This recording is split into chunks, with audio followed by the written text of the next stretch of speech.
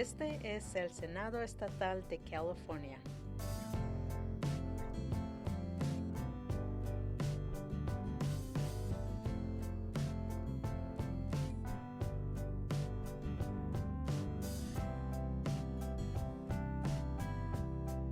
This is the California State Senate.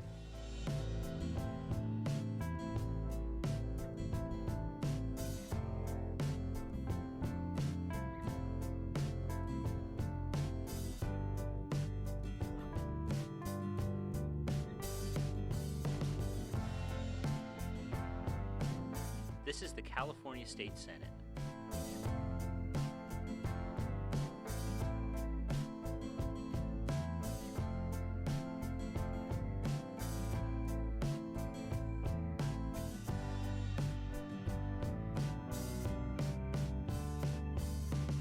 This is the California State Senate.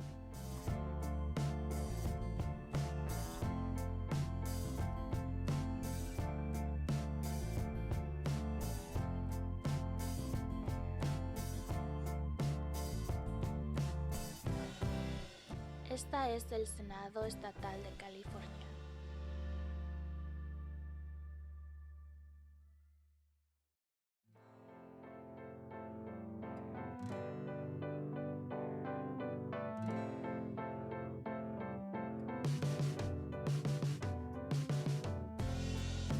This is the California State Senate.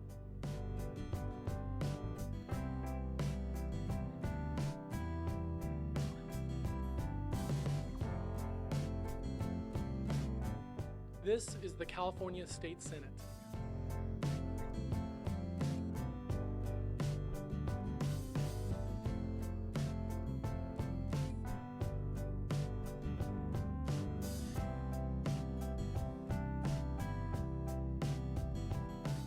This is the California State Senate.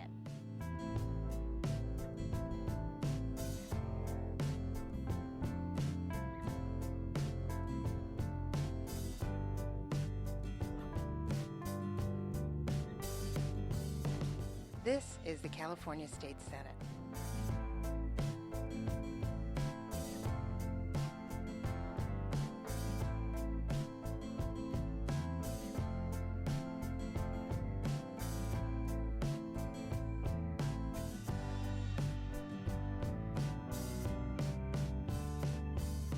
This is the California State Senate.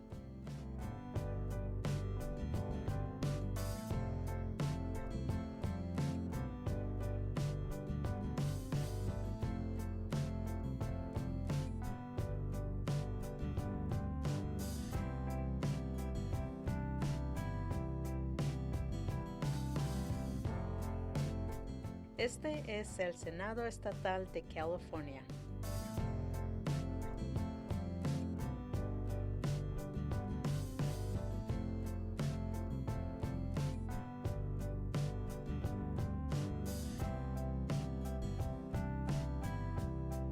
This is the California State Senate.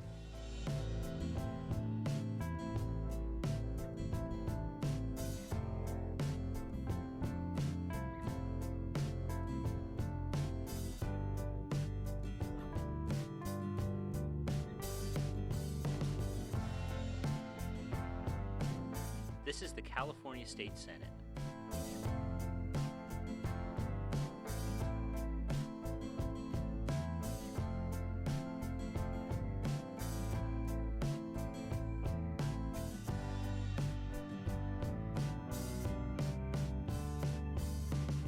This is the California State Senate.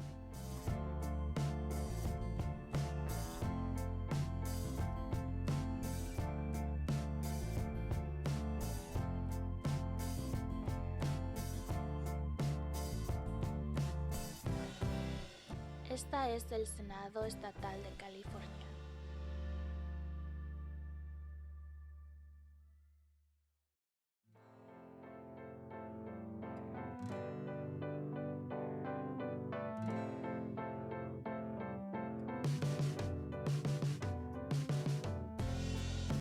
This is the California State Senate.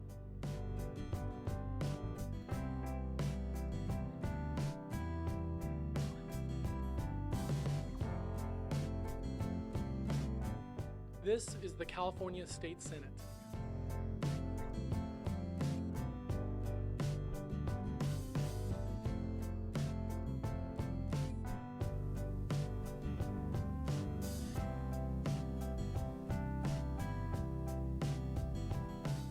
This is the California State Senate.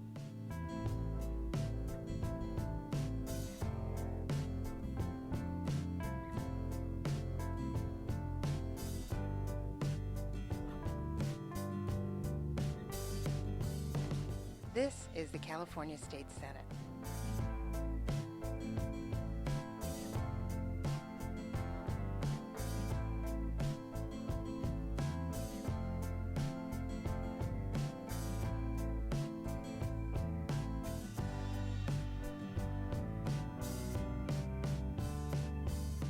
This is the California State Senate.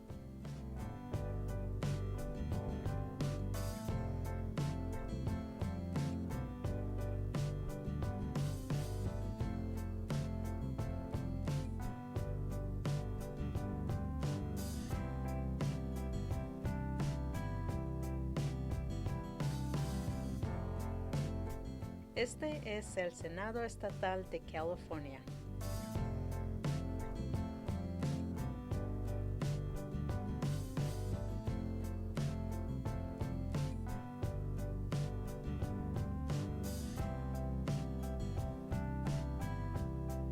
This is the California State Senate.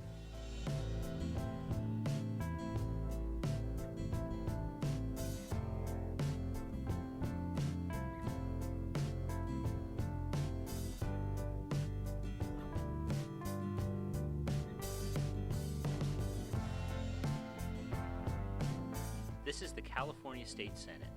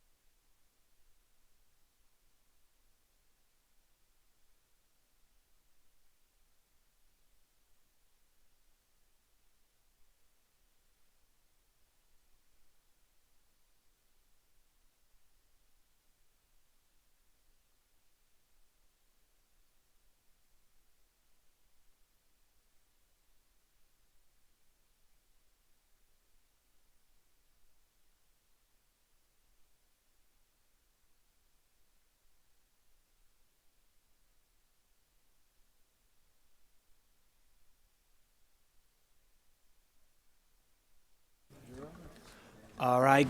Well, good afternoon, ladies and gentlemen. Thank you so much for taking time out of your busy schedules to be able to join us for our Joint Committee on Fisheries and Aquaculture. We welcome you officially to our hearing, continuing our important discussions on the 2016-17 crab season, and what we're excited about focusing today, too, on modern aquaculture in California. And I want to take a moment to say thank you to the fantastic team at the Bodega Bay Marine Lab. This facility is truly a treasure for research, and we are grateful for their staff for hosting us today. Can we give them a round of applause and say thank you so much? My goodness, what a beautiful facility. And I got to tell you, we are so thrilled that the gentleman to my right is here with us today, and that is Congressman Huffman. Not only is he an active and engaged partner, he is an advocate for the fleet and a champion for our environment, and we are honored that he would take the time out of his busy schedule. And if we can give him a round of applause, we are so excited that he is here today. Thank you, Congressman. Our goal for this afternoon is to receive an update on the upcoming crab season, focusing on domoic acid levels and the latest updates from Fish and Wildlife and the Department of Public Health, and we're grateful that each made the drive out to Bodega Bay today. For the first time in over a year, we believe that we're going to have some good news regarding Dungeness and rock crab and ocean conditions. We are going to all knock on wood right now, is that we are not expecting a repeat of the massive coast-wide closures the fleet experienced in 2015 and 16, which is fantastic, absolutely. We believe that the worst may be behind us, but we're going to leave it up to Dr. Domoic Acid, Dr. Cadella, to be able to provide us with the latest information from the statewide Domoic Acid forecast models to fill in all of the details.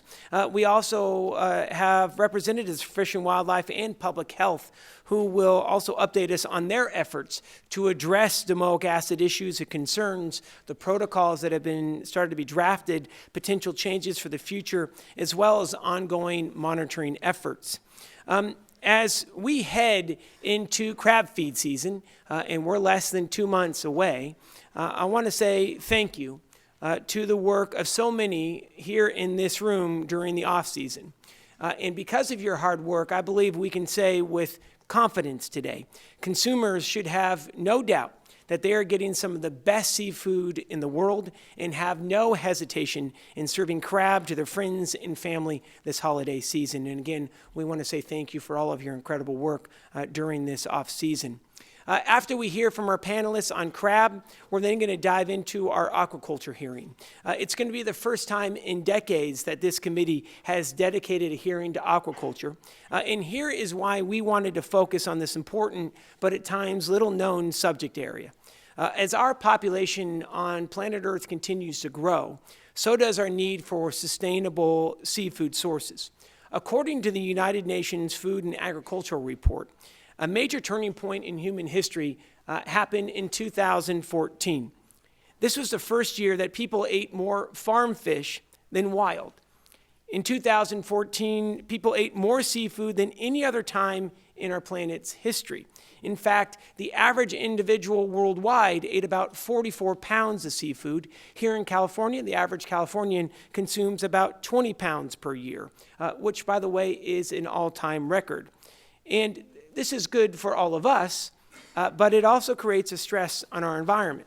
Wild seafood stock has been vastly depleted over the decades due to overfishing, and the world has turned to aquaculture, farming in water, for answers. In fact, aquaculture provides half of all the fish for human consumption. These developments highlight a new era, indicating that aquaculture will increasingly be a driver of change in the fisheries sector.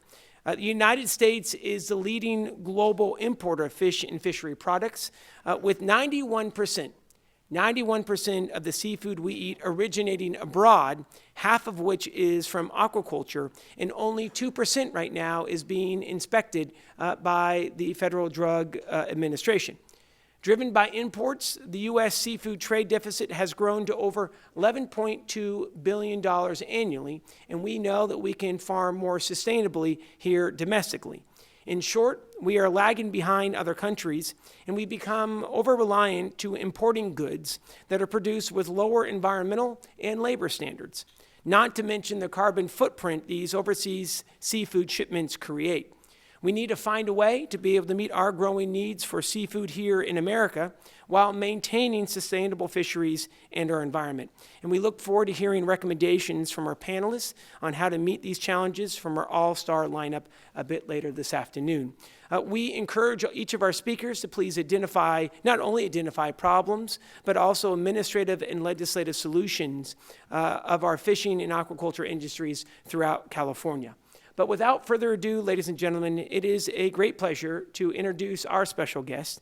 He has testified before this committee as one of the best attorneys at the NRDC. He has served as a committee member when he was in the State Assembly, and now we are very lucky that he represents all of us in the House of Representatives.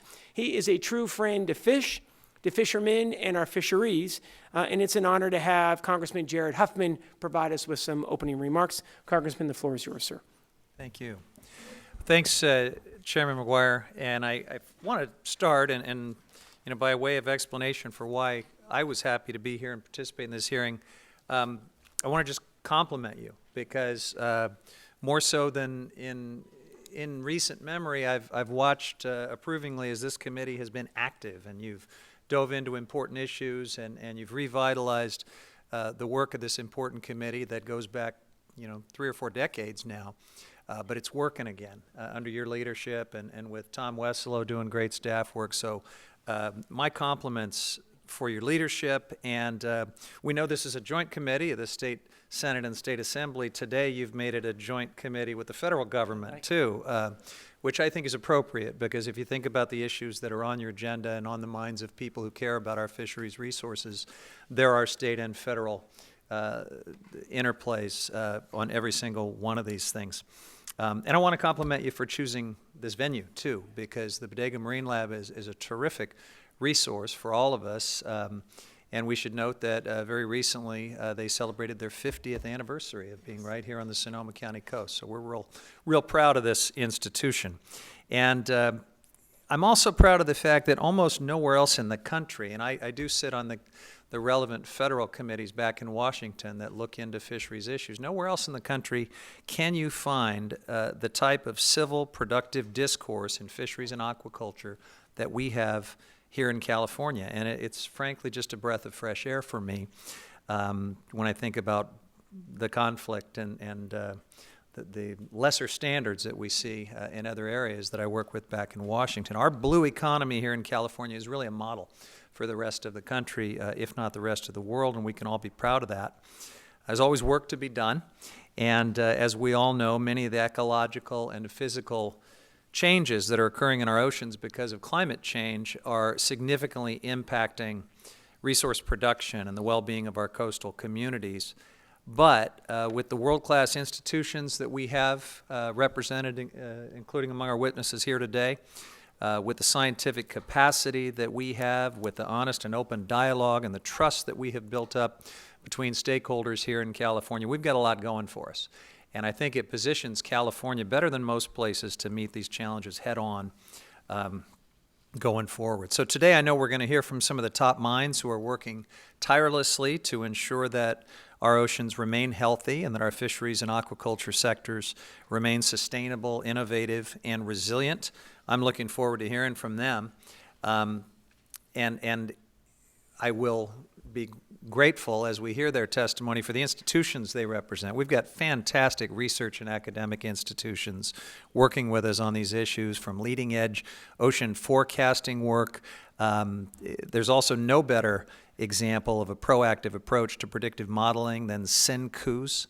So I want to applaud the incredible efforts that Dr. Cadella and Mr. Mastrup, Mr. Kennelly, and others have all made to meet these challenges of the Domoic acid crisis head on. I'm so impressed with the speed with which they mobilized last year, a situation that involved 2 fisheries across more than 3,000 miles of coastline to move the way they did and to get the fishery open as soon as it could be safely opened was really something I think we should all be proud of.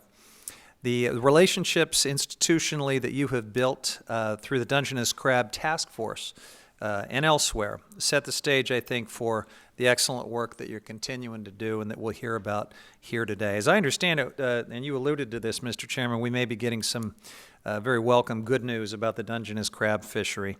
I know that there's no amount of good news that can undo the damage of lost livelihoods over the past year, which of course has been compounded by another disastrous commercial salmon fishing season. However, I think with the adaptive approaches that the Departments of Public Health and Fish and Wildlife are taking, I'm hopeful that the next crab season will be a season of recovery for everyone who depends on this resource. Getting some good news about Dungeness crab is reason enough for me to be here, of course, but I'm also pleased to participate in the discussion with some of the top minds on aquaculture in our country. I'm very proud of the shellfish aquaculture that I represent in the 2nd District of California, and I see some of our leaders here in the room today. I understand how it can be innovative, sustainable, and of course very delicious, and I'm sorry that I'll miss the latter part of your program after we adjourn here and go out to Hog Island. You're in for a real treat there, and I'm sorry that I won't be with you. But all of the witnesses that you've assembled here, Mr. Chairman, are thought leaders and important contributors to the health of our ocean and our seafood consumers. So I want to thank you for including me up front here to be part of this discussion, and I look forward to it. Thank you. No, thank you so much. And it does take a partnership, and we are so lucky to have the Congressman working with us every day. A few housekeeping notes for folks. Today's hearing is being live streamed, and we want to thank our live stream team for all of their work. Do appreciate it. You can either watch it online or on your phone, and we'll also be recording the live stream event today, so it will be going on to the Fisheries and Aquaculture website. Want to say a thank you to the gentleman to my left, Tom Westlow. We call him Mr. Crabtrap, and he does a fantastic job as the chief consultant to this committee. And Tom, we're really grateful for all of your hard work. And we also want to hear from all of you today. We'll be having public comments at the end of all of our panels, and we hope that you will join us in the conversation. We'll have public comments over to my right. A couple of acknowledgments. Would like to be able to introduce Ed Sheffield, representing Assemblymember Jim Wood. Assemblymember Wood hated to miss today's event. He is way booked with meetings today, as he is about 5 months out, and truly appreciate his incredible work on behalf of the fleet, particularly this past season. But Mr. Sheffield is here. Ed, it's good to see you. Thank you so much for being here.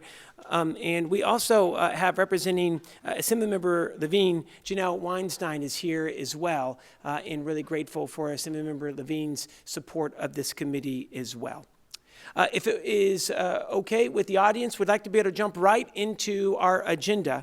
And we are grateful that Gary Scher is going to lead us off today. He's the director of the Marine Lab. He started here in 1986, and it's amazing he's only 35 years old, so which is fantastic. But Mr. Director, thank you so much for allowing us to be here today, opening up your doors, and what a wonderful year, 50th anniversary of the lab. Thank you for all your work. The floor is yours, sir.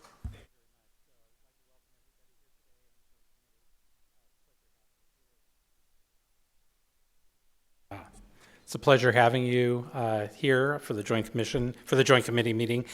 So as you heard, the laboratory celebrated its 50th anniversary a few weeks back, and it was really a celebration in part of our contributions to fisheries and aquaculture in Northern California. And the lab's been addressing challenging issues on the coast for those 50 years and even before that, before the lab was even here. So we've had this long history of collaboration with the aquaculture industry, and this has included past research on oyster genetics and more recently ocean acidification and its impact on oysters, and this was featured on NPR Science Friday, actually last Friday. Also technologies that were developed here for endangered salmonids, such as genetic screenings, and then ultrasound monitoring of ovarian development, which is now used also in the sturgeon industry. And for herring and herring fisheries in the bay, the impacts of creosote-coated pier pilings, which are now being removed for restoration directly for the herring population in San Francisco Bay, and also the impacts of really low levels of oil spills, bunker oil spills in San Francisco Bay, and how protection for the herring population can be enacted. So once again, I want to welcome everybody to the Bodega Marine Lab, and particularly folks sitting up here in the front, and I'm sure it'll be a productive meeting. So thank you. Thank you so much, Aaron. Thank you for, again, allowing us to host this hearing here today. We're grateful for your partnership. Our pleasure. All right.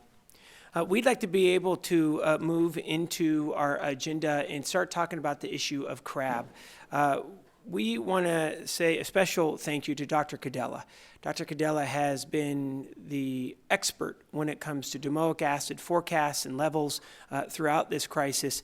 We so appreciate you taking so much time. He's out of UC Santa Cruz, and we're grateful that you're here today. Sir, you have 10 minutes. I'll give you a 2-minute warning for the presentation. All right. Thank you, Senator McGuire, and also thank you, Congressman Huffman, for attending today. And so I wanted to give you an update on what's going on here in California, and I'll just start by acknowledging that my colleague Clarissa Anderson is now at SCOOS, the Southern California Coastal Ocean Observing System, and so we have even better ties from Northern California to Southern California now. And so start with a summary of what's been going on in 2016. As you're probably aware, we transitioned into La Nina, which turned out to not really change the ocean very much, but it did show up. And so as a result, most of California has become normal, if you want to think of that in terms of our long-term state compared to the warm years that we've had for the last couple of years. This year, Pseudonychia, that produces the toxin domoic acid, started relatively late in about June instead of April, May. And it was on track at the last hearing for a particularly large autumn bloom basically right now. And so 2016 has been warm still and toxic, but we said it was going to be more spatially variable, that we weren't going to have a really large bloom across the whole state of California or the West Coast, and that's still true. And so what I'm happy to say is that based on what we've seen, we think that we might have seen the peak of toxicity just a couple of weeks ago, and that we're now on the downturn back to more normal conditions, transitioning into winter when it should essentially just go away. And so I wanted to start with the big picture of pointing out where we are globally in terms of temperature. And this is just the temperature anomaly. So reds are warmer than the long-term average, blues are colder than the long-term average. And two things to point out. One is if you look at where California is, you see we're white or blue. White means perfectly normal. Blue means a little bit cooler than normal. And so in our area, it's actually a little bit colder than, say, the last 10 or 20 year average. But the other thing I want to point out and just keep in the back of your mind is up there, that big red spot, that is where the warm blob was in 2014 and 2015, and it's there now.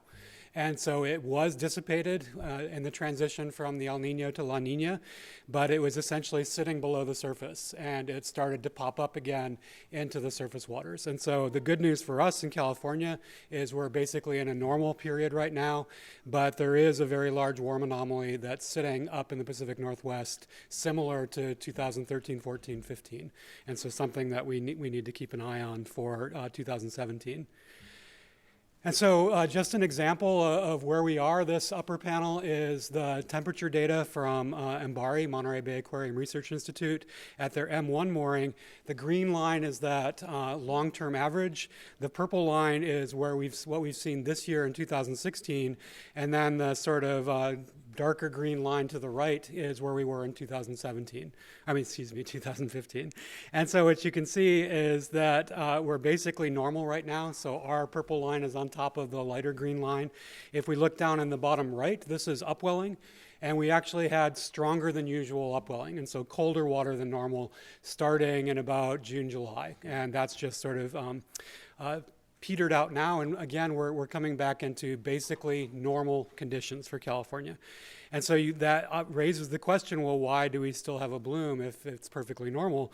And if you remember, the bloom started in about June, and temperatures were warmer than normal in June, which is favorable for this toxic diatom. If we just draw a line over from the temperatures in June to the temperatures now, we are normal, but it's normally warmer at this time of year in the autumn. And so this window has been open for Pseudonychia starting in June and going through now. But as we continue into the rest of the year, as long as we're following our normal trend, it's going to be cooling as we go into winter. And so that's going to basically shut the bloom down, or at least that's what we think is going to happen. And so we've had warmer than usual conditions up until relatively recently. It's starting to cool back off, and we're hoping that it's just going to push everything out of the system and back into more typical conditions. And so just to put that into context, top panel is again an anomaly plot going back to 1989. Reds and up are warmer than normal, blues and down are colder than normal. And so you can see we've had, the last several years, we've been much more warmer than normal in Central California and throughout much of California. But very far on the right, basically the very end of September, beginning of October, we've switched into that cold mode. And so it's actually cooled off. During that warm period, as you can see on the bottom, we've had a lot of toxin. This is from the Santa Cruz Wharf, which is pretty representative of Central California. And so 2016 was actually right up against the coast more toxic than 2015. It was just more localized, and so we didn't have it spreading over the entire West Coast. But again, we can see that as we get into the last point on there is from the last week, and we can see that blue arrow shows where we've switched over to this more upwelling dominated period. The bloom is starting to go away, the toxin is going away, and it actually brought in a spectacular red tide in Monterey Bay, which is more normal again for this time of year. And so looking at the forecast predictions backward in time, and so this is just the average for July, the average for August, and the average for September. Warm colors are where we would predict a lot of potential toxin in the water. Cool colors are where we would say that there's a very low chance of toxicity. And what we see is going from July to August to September, Southern California has actually cooled off, and so that red spot has decreased. Other parts of California, we see that the Trinidad headline and Humboldt area intensified through September, but I'll show you that that's also waning now as well. And so what we've been seeing is during that period where it was warm, it's been really good conditions for this bloom. And so we've had these hot spots of toxicity that have developed along the coast. At the last hearing, I showed you that we've been trying to take the model and apply it to something other than just the algae and start to look at things like crabs. And so this was one of the fishing blocks down in Santa Barbara where they collect the Dungeness crab for testing. And we showed that generally the model and the crab results are tracking pretty well. We've updated that since then. And so now what you're looking at is the top panel is Trinidad, the middle panel is Monterey, and the bottom panel is Santa Barbara, going from April until today, essentially. The red circles are where crabs were tested and tested positive for domoic acid. The middle panel for Monterey, we also do weekly testing of bivalves, and so we have the weekly mussel program, and those are in yellow. And again, what we're seeing is that the actual animal results are correlating pretty well with our model. And so the more we've been looking at our model, the happier we are with it. No model is perfect. We're not saying ours is either. But looking at 2015, looking at how it's tracking with crab and mussels, we think the model is doing a pretty good job of picking up the trends, at least. It does less well if you pick a very specific location. It's not as good, but on sort of large trends across California, we're tracking pretty well. And so that brings us up to today. On the left here, the more colorful plot, this is the predicted domoic acid probability for October 3rd to 5th, basically for the rest of this week. And you can see, again, reds, warm colors are where we were predicting more toxin, blues are where we're predicting less toxin. And if you look up in Northern California, for example, that used to be more of a kind of a bluish-green color that Humboldt was lighting up as an area that was toxic, picking up through September. That's now gone away. We see that basically the whole pattern has started to shift a little bit offshore To make that easier to see on the right, this is the change in the probability from September to October. And so where you see reds, the probability of toxin has gone up over the last month. Where you see blues, the probability of toxin has gone down over the last month. And so you could look at your favorite area, but generally what we see is North Coast, it's decreased over the last month. Around Central California, Monterey, Gulf of the Farallones, it's decreased. Inside of the Channel Islands, it's decreased over the last month. And so again, suggesting that we're seeing a peak in the bloom in about September, and now it's starting to come down pretty fast. Where that's transitioned to is what we are seeing is an increase offshore. And so basically the return to normal conditions has pushed the conditions that are favorable for this bloom further offshore to where the water is still warm. And so that's really good for crab and for fisheries, because that means most of the bloom is going to be far enough offshore, it's not going to be impacting these organisms. The thing to keep in mind, of course, is that this is based on current conditions. If something really unusual happened and we suddenly got all of that water coming back on shore, it would potentially bring the bloom along with it. But our best guess is that isn't going to happen, that the trend started decreasing pretty strongly in the last week or so, and we're already seeing some of those changes. And so, a model, give me $1 and I'll give you a model result, basically, but we do try to test it. And so we've been working with Southwest Fisheries Science Center and Eric Bjorkstedt's group, and so we got some samples from the Trinidad headline on September 24th, and it exactly matches the model. What we're seeing is the toxicity has disappeared from the coast. If you go to the end of the Trinidad headline, we're still seeing significant domoic acid in the surface, but it's pretty far offshore. And so the model and reality seem to be lining up pretty well. And so where are we? Right now, observations and models suggest that we do still have patchy high toxicity regions, and that you could see local accumulation in some of the crabs. And that fits very well with what the testing has shown, is that some crabs are still coming up as toxic, but it's not a statewide phenomenon. We are seeing a seasonal decrease in bloom activity, and it's probably going to continue that direction. And so as we move through the rest of October, we would expect to see the bloom just gradually decline and dissipate. And the models and limited observations suggest that the bloom has been pushed offshore. And so again, that's in the short term, that's a good thing. In the long term, what we're keeping an eye on is whether we're setting up 2017 with another big warm anomaly sitting up in the Pacific Northwest, that we could have another big year next year. And it's too early to say, but right now the conditions look like they did at the beginning of 2015. Of course, winter could change all of that depending on the storm tracks and what happens, but we're pretty happy at least with the model performance, and so we'll be able to keep an eye on that coming out of this year and coming into the spring of next year. And so the last thing I just want to highlight, particularly— You have about 2 minutes. Thank you. Yeah. My very last slide is, particularly since we're talking about aquaculture today, one of the things that we've pointed out is it's very difficult to get samples offshore. And so we've been working hard with NOAA and some other groups. We worked with Cal Coffee to get samples from offshore. But we're also providing some new technology that's going to be coming online in about the next year or so.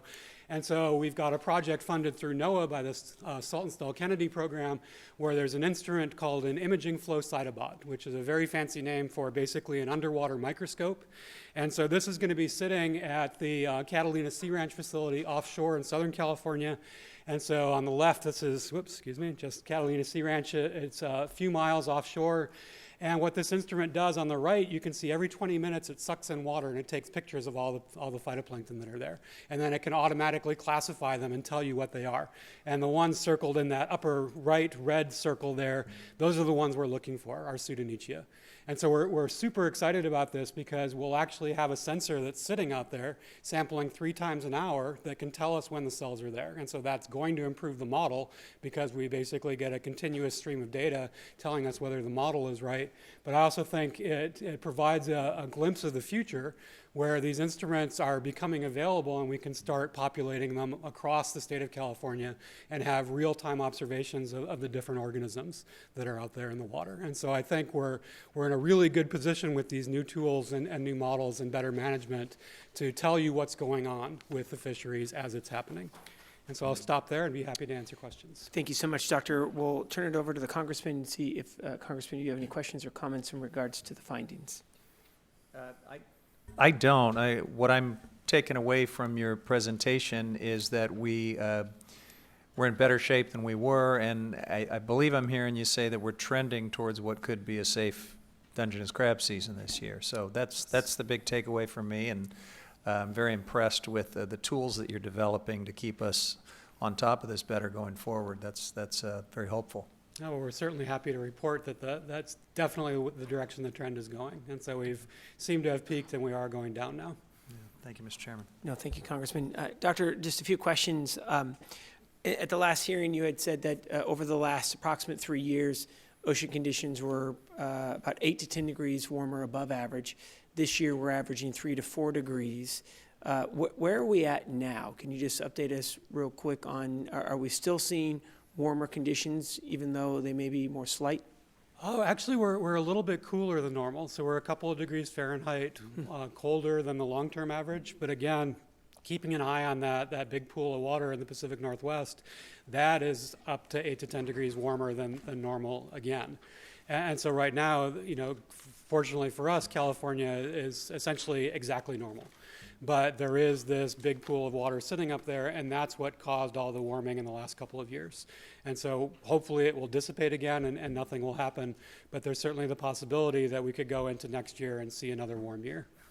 And if we can talk about that spread for a moment. So you have the blob in the Pacific Northwest. Mm-hmm. What type of activity would need to happen, one, for you to be able to see spread and to be able to see widespread throughout the coast? So what the blob tends to do is it really changes the weather patterns. And so it steers the upwelling conditions around it. And that allows the wind along the whole west coast to sort of relax, and then we don't get that strong, cool water coming to the surface. And that does two things. It warms up the whole coastal ocean. A byproduct of it is it exacerbates the drought as well, because it changes the pattern of the jet stream. And so if we get some really good winter storms, that it could be dissipated again, and again we'd go back to normal conditions.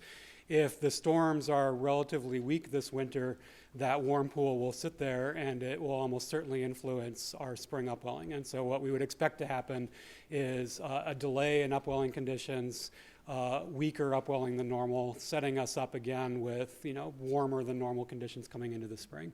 And it's really just entirely dependent on what happens with the winter storm tracks. The Pacific Northwest saw impact in regards to their crab fleet. So with that blob, can we take away that Oregon, Washington will have challenges again this year, or is it far enough offshore, Oregon, Washington, where it won't impact? What's your gut say on that? Great question. It's quite likely that they are going to be having impacts because we're moving into a period when it's normally weak upwelling there anyway.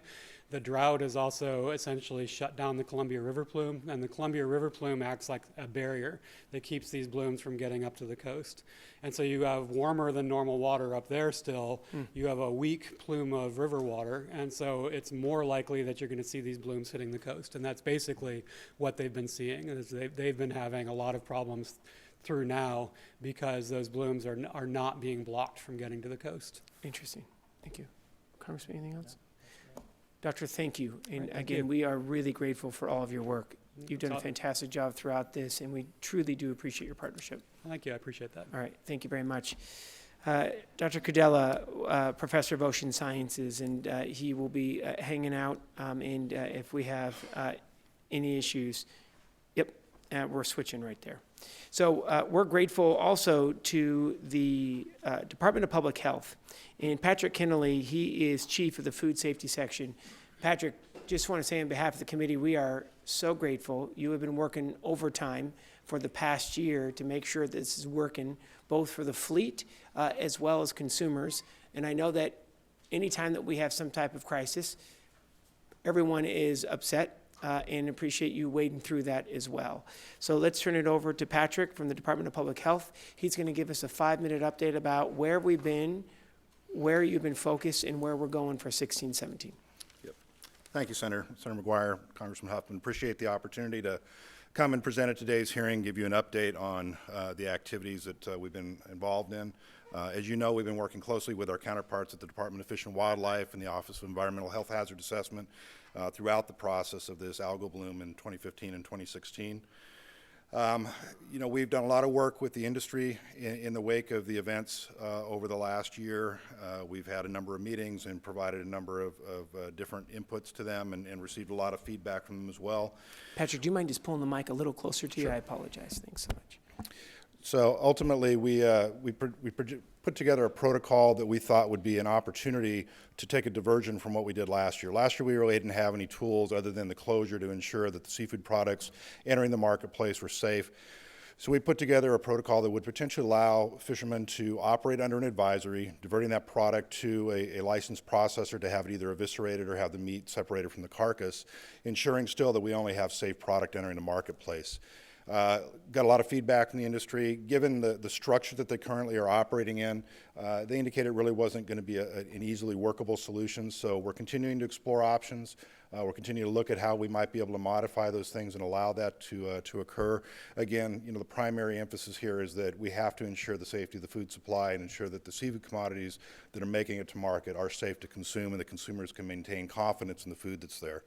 The industry is, I think, very willing to work with us, and we're going to continue that effort. Unfortunately, without having a path forward to operate under advisory, it means really the only control action we have to ensure the safety of products when these blooms occur is to actually work with Fish and Wildlife to close the fishery until that bloom resolves. So we'll continue working and making some inroads in that area. You know, the 15-16 event was really large, probably the largest event that we've had with regard to domoic acid.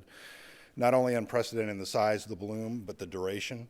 We didn't lift the last closure advisory until May of 2016. That's some 6 months after we normally see the Dungeness crab season open. So we recognize there was an incredible hardship there. I think overall this year what we characterize as the relative abundance, as has been indicated by the prior presentation, is less than we saw last year. Our marine biotoxin monitoring program has not picked up the levels of pseudonychia that we saw last year.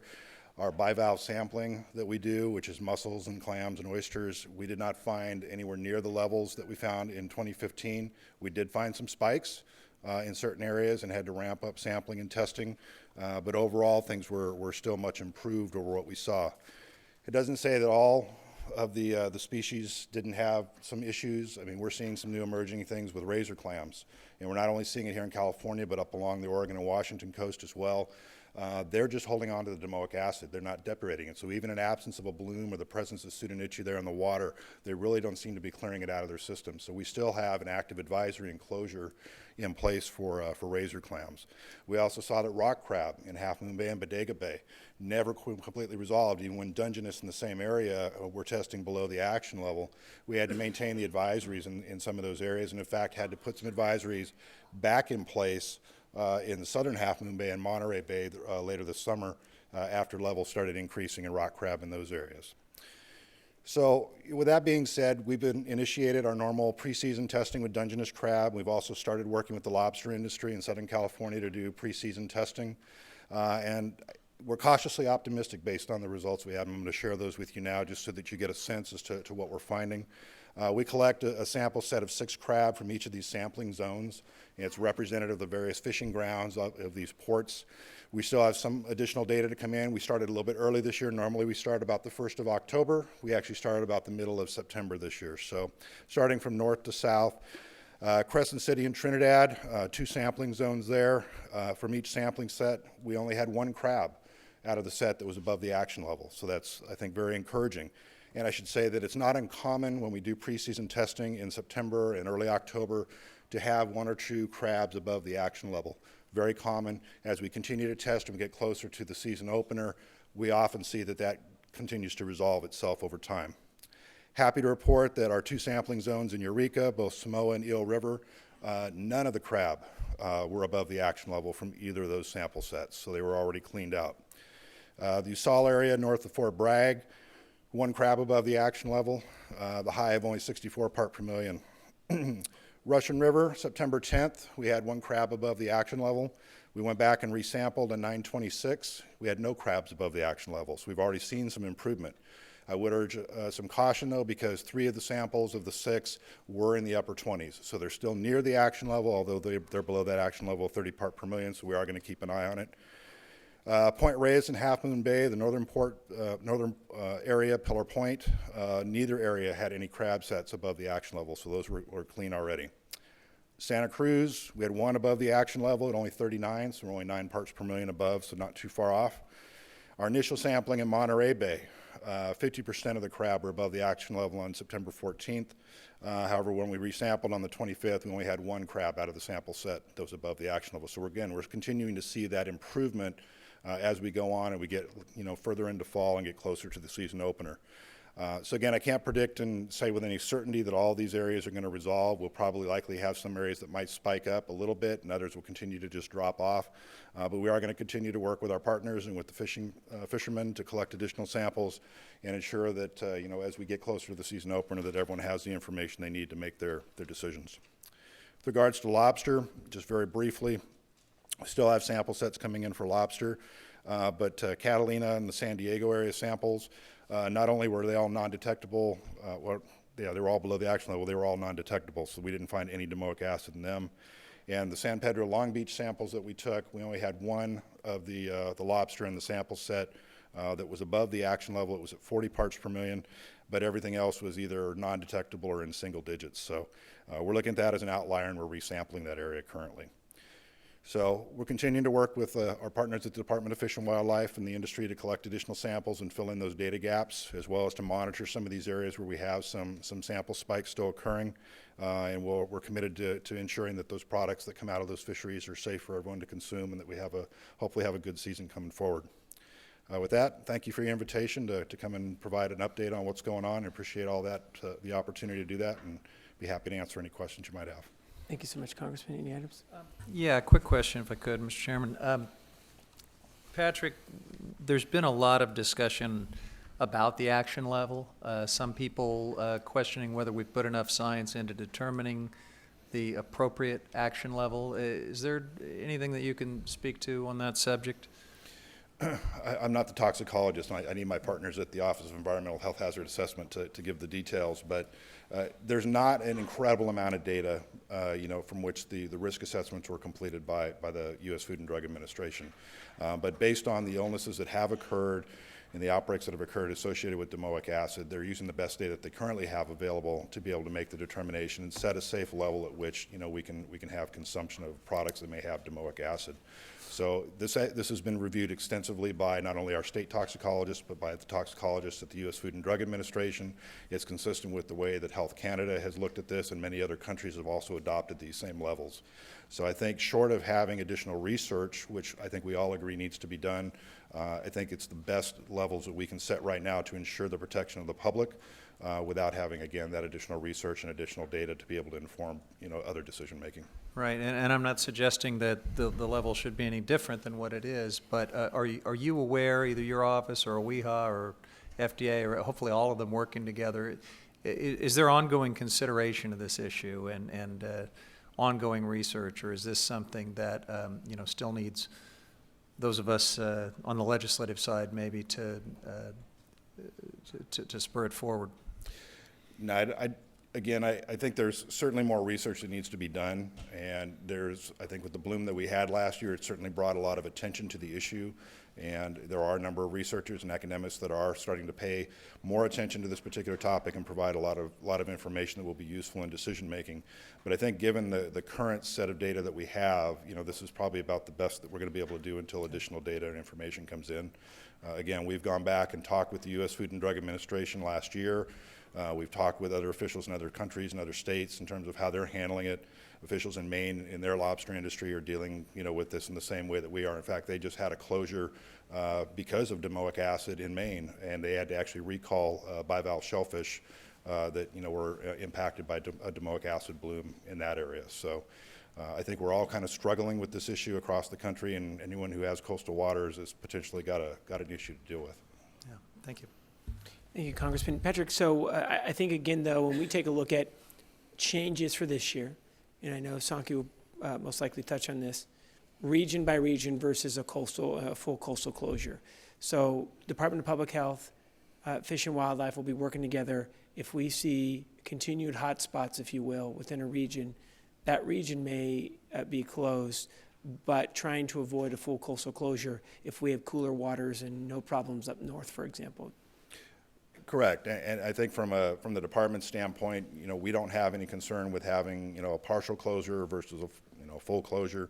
I think a lot of the feedback we received from the industry last year was that they actually preferred a full closure initially for fair start provisions and a variety of other factors. Sure. I don't think anybody had the crystal ball to realize it was going to go on as long as it did.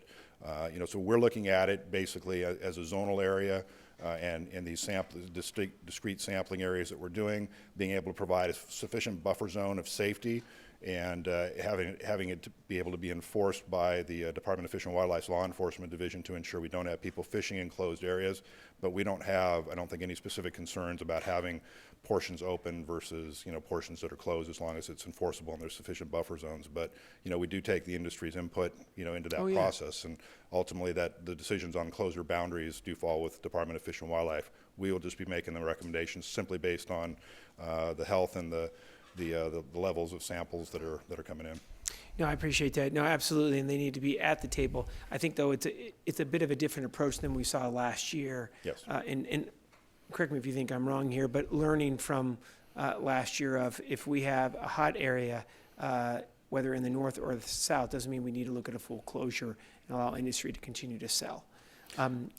Just real quick on the separation from meat from viscera in that process, because I think unless we get really high levels, you're not going to have that acid within the meat. It's going to stay within the guts, if you will. So what's next step on that whole process since it was scrapped and looking at a different process? Can you just, 2 minutes or less, update us on next steps in that discussion? Sure. So we've actually, again, continued the discussion with the industry. We'd worked with Department of Fish and Wildlife and OEHA to actually put out a memo kind of setting forth this potential option for them to utilize and ask for feedback. We got on a call with the Dungeness Crab Task Force, and they were very gracious to give us some time to discuss the protocol and gave us some feedback on how it would potentially be viewed or impact their industry.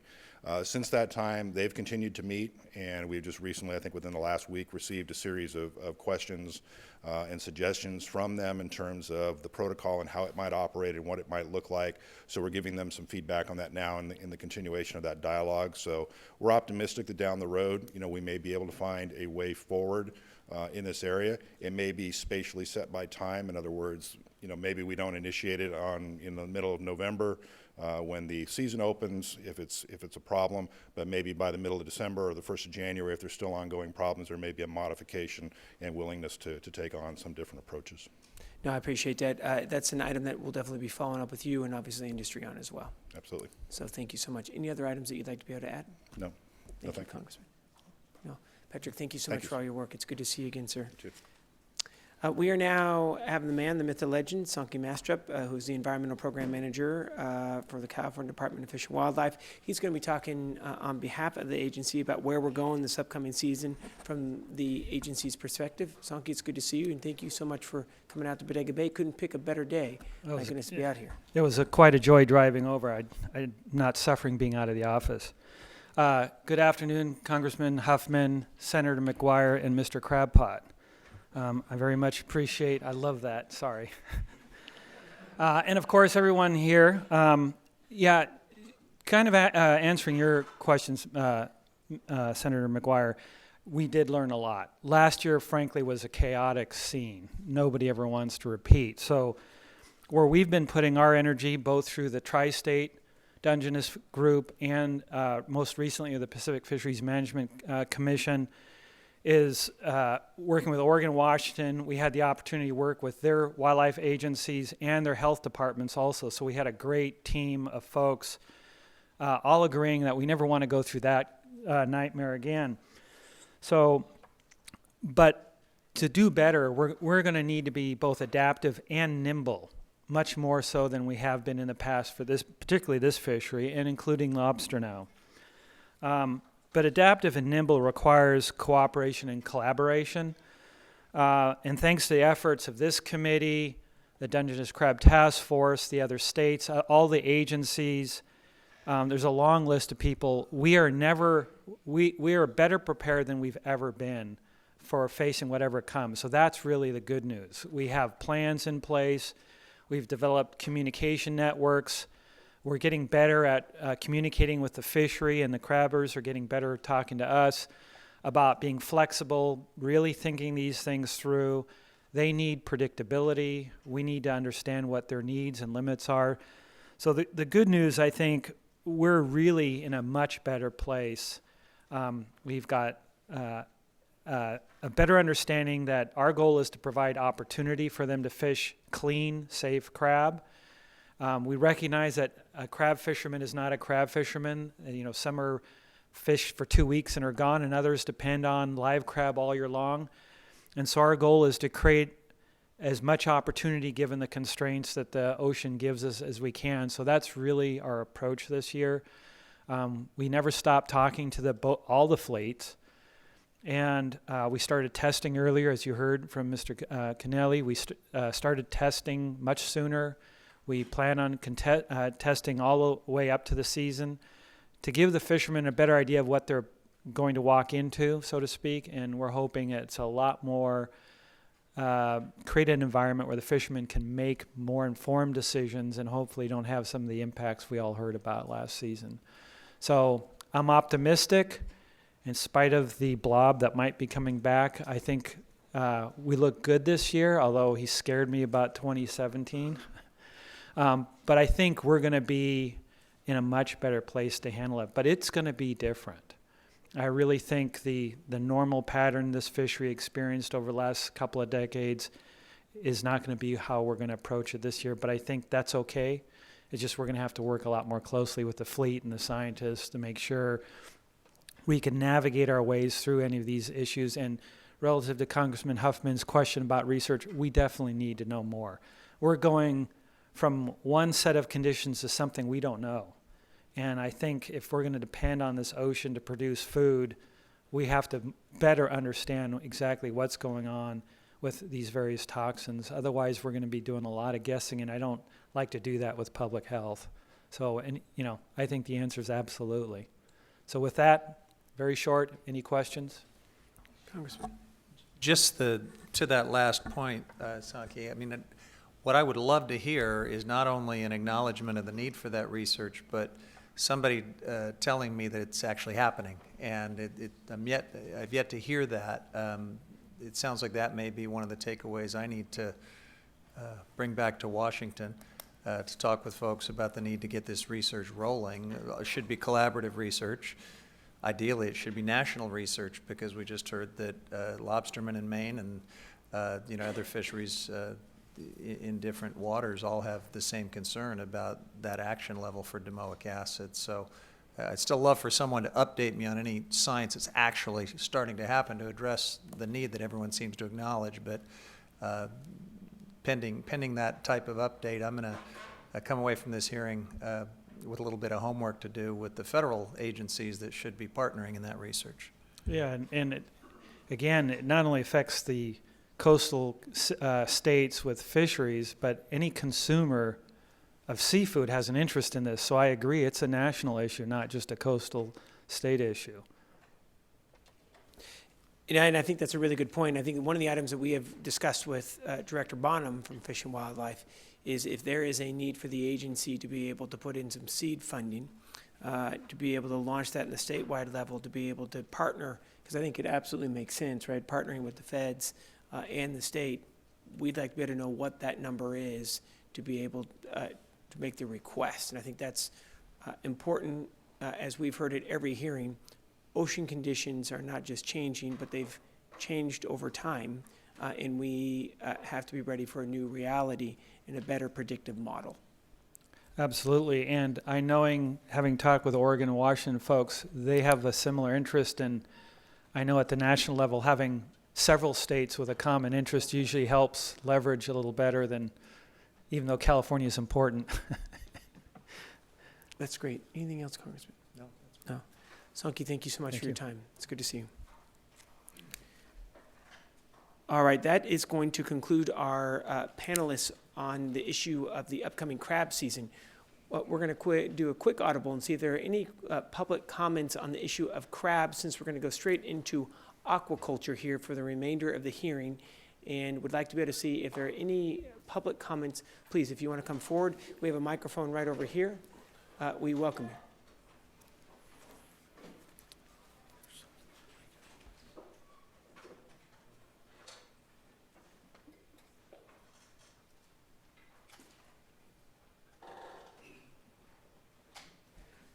And good afternoon. It's good to see both of you. If you don't mind just stating your first and last name, we all know you, but just for the record, and we truly appreciate all your work, sir. Fine. Thank you, Senator McGuire, Congressman. My name's Chuck Capato, and I've been a fisherman in Bodega Bay for many years. I'm retired now, but I work with the Community Fishing Association in Bodega Bay. I think that, as most of us know, we made the best of a bad situation last year. And most of the guys that went fishing did what they could. Where we dropped the ball was that there were conversations as well, money set aside, to reintroduce California's sustainable, safe Dungeness crab. That's a very important component to us because that affects our ability to negotiate price, our ability to fulfill that market. I think there is still a void in the confidence of the California consumer about fresh crab. There may be some monies available that we set aside last year to help that. And I think that that's something that has to be organized and it has to be implemented prior to the opening of this crab season. We need to reassure the California consumer that the crab they're getting is the best possible one and the safest crab available, or we're going to lose that fresh market. And that is something we cannot afford to lose. We can't rely on the news media or public agencies because it's far greater and far more sensational to talk about a potential disaster than business as usual. So we need to assume the responsibility to carry the ball and promote that product. Okay, thank you. No, thank you so much. And thank you for all your work and your commitment over these past many months. Sloan. Thank you, Senator McGuire, Congressman Huffman, Mr. Westlow, for having us all here today. Really appreciate it. I wanted to come up and very briefly touch on the question that you asked, Congressman Huffman. Absolutely critical that we get more research done on the action level, the appropriate action level for domoic acid in Dungeness crabs and other species that comprise California's and the nation's fisheries. We're flying a little blind here. The research is based on the single event in 1987 in Prince Edward Island. No follow-up research that I have been aware of in the reading that I've done. We just simply don't really understand the toxicity level in humans. So we've built in a very, very large safety barrier just to make sure that we don't get anybody sick. This industry lives and dies by that safety barrier. So it's incredibly important to jumpstart that. I do believe that we need some legislative help to get that going. To my knowledge, FDA has not looked at domoic acid toxicity in humans in some time. So it would be great to have that moving forward. One other quick note, I really appreciate the work of Pat Kennelly and Sankey Mastrip at the departments. They've been working with us this off-season. It's been really great to have them on board and listening to industry concerns, and we appreciate that they will continue to listen to us going forward. Thank you. Mr. Sloan, good to see you. Thank you. Thank you. Welcome, and thank you for making the trek. Thank you. I'm Erin Ramanajam from the California Ocean Science Trust, and I just wanted to speak to your question, Congressman Huffman. We brought it up at the last legislative hearing, but the Interagency Hab Task Force worked with the Ocean Protection Council, who has convened them, and reached out to us to convene our science advisory team around this issue.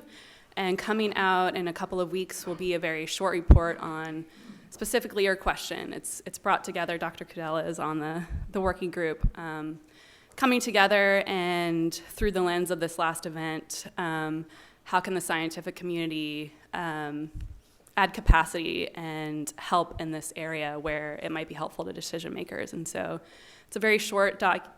It's really a menu of kind of scientific research options. And so I hope that that's helpful, and we're hoping that it's the conversation between the community and industry and legislators and managers that kind of helps move that conversation forward of what are some of the top priority needs.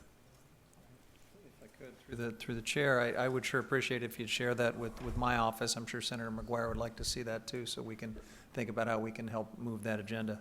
Of course, happy to. Thank you. Anyone else on the issue of Dungeness or rock crab? All right. Thank you so much for those comments. Our next opportunity in regards to public comment will be at the end of our aquaculture panelists. We do appreciate, again, all of the feedback, and I know that the congressman and the committee will be working on all issues in regards to that research as it impacts both coasts as well. Without further ado, if it works for folks, we're going to be moving towards our panels on aquaculture, and we're grateful that Tony Schur is here today. He's the president of the California Aquaculture Association. He's going to be giving us an overview of the industry, what it does, and how important it is to California. This will be a 15-minute presentation, and we'll be giving you a 2-minute warning, and we're grateful that you're here. I'm sorry, I'm pressing F5 and I didn't get my... Hit escape first. Oh, hit escape first? Yeah. And then you should be able to go down to here. And then it comes up in the bottom panel. Is that one yours? Yep. Okay, you set? Is that where you get it? And while he's here, the first thing I want to do is thank him and Senator McGuire for this opportunity on behalf of the industry to discuss in a large way the extent and future of aquaculture in California. The purpose of this overview is to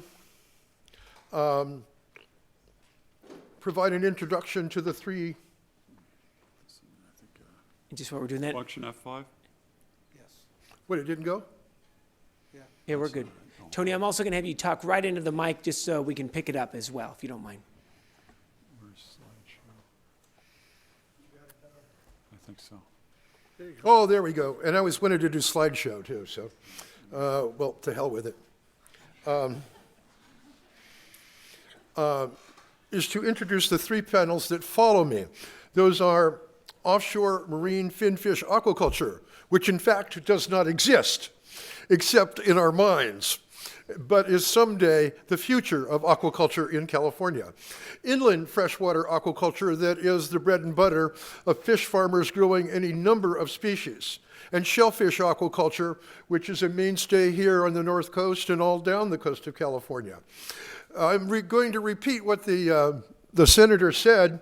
Just briefly, you can see that in 1985, the light blue, the capture fishery went dead flat and has been that way and is expected to continue that way. In fact, it's doing very well to stay flat and not decline further.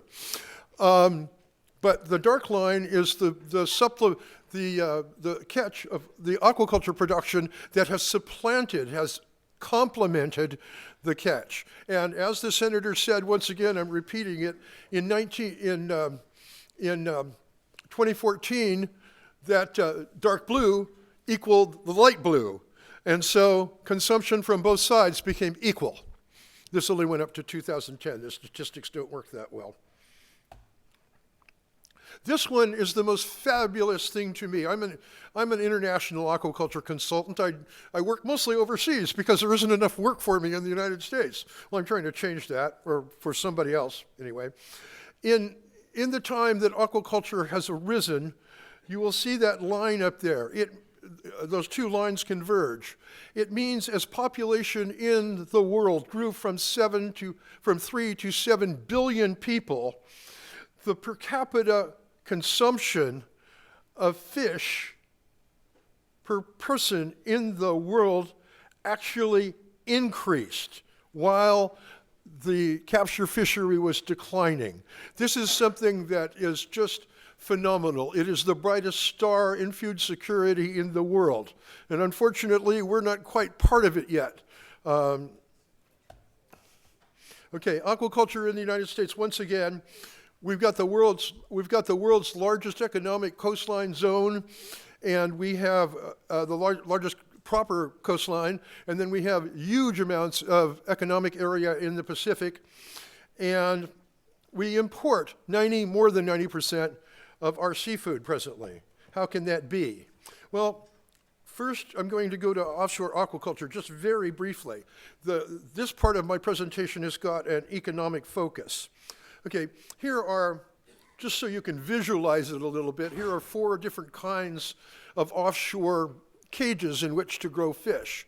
You've got what's called a ocean spar. The one to the right is called a buckyball. This one here is a surface cage. And this is a picture I took inside a buckyball of cobia. And the next area is inland aquaculture. Here is the fish farm of my friend Ken Beer, who you'll hear from later, where we grow sturgeon and bass intensively in oxygen-injected tanks. But we also grow lots of things in ponds, these are catfish ponds, again from Ken's farm, but typical of many of the other catfish growers in California. And we'll hear more from Tony Vaught about that. Shellfish aquaculture is a mainstay in about there's about a semi-equal split between inland aquaculture and shellfish in the economic value of existing aquaculture production in California. Here is a good example of shellfish production up in Humboldt Bay. And here's some more Humboldt Bay with our dear friend Greg Dale, who is with Coast Seafood now, and an abalone in the right. There's a diversity of species, but oysters and abalone probably present the most economic value.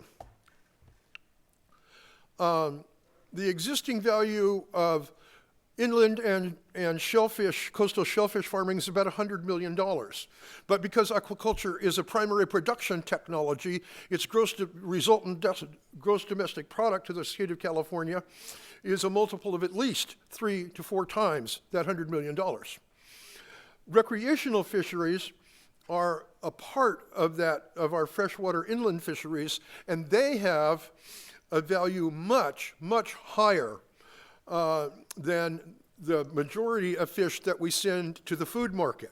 That is because recreational fisheries have an economic multiplier of 10 to even 30 times. Shellfish farming has a high economic value, not only for what it produces directly and has the same kinds of multiplier values as other inland aquaculture, but it's also a part of the fabric of our coastal environment. Coastal communities, environment, and culture depend on it. The largest opportunity now, moving forward, for the future economic value of aquaculture is offshore marine finfish aquaculture that will be taken up by Don Kent. Unfortunately, and this is the big killer right at the moment, for practical purposes, it is presently outside any legal framework. We cannot grow fish in the Pacific Ocean of almost any sort except by special permit. The magnitude of that finfish culture would be at least tens of millions of pounds of high-value fish that would have a market value of hundreds of millions of dollars, and that would generate a GDP of in the range of $1 billion or multiple billions of dollars, meaning more working waterfronts, huge improvement in the variety, quality, and nutrition we can get from fish. Ending up, how many minutes am I in? I'm going to get 10? Well, then I won a lot of questions. I thought I was going to have to, I was aiming at like 6 to 7. Nobody told me exactly where we was going to go because the other I'm going to have to go backward one now. Well, that's good. We have time to talk about it. Well, that's a great thing because we come to something that probably deserves some discussion. The challenges and opportunities that you asked for, in my opinion, are, and these are my personal opinions, but I think you're going to hear opinions that are very similar from all of the other presenters. The relationship of the industry to its major regulatory agency is, at best, a kind of amiable tolerance. Now, this has nothing to do with the competence of Randy Lovell and Chuck Bonham, who have been a massive improvement on what came before them.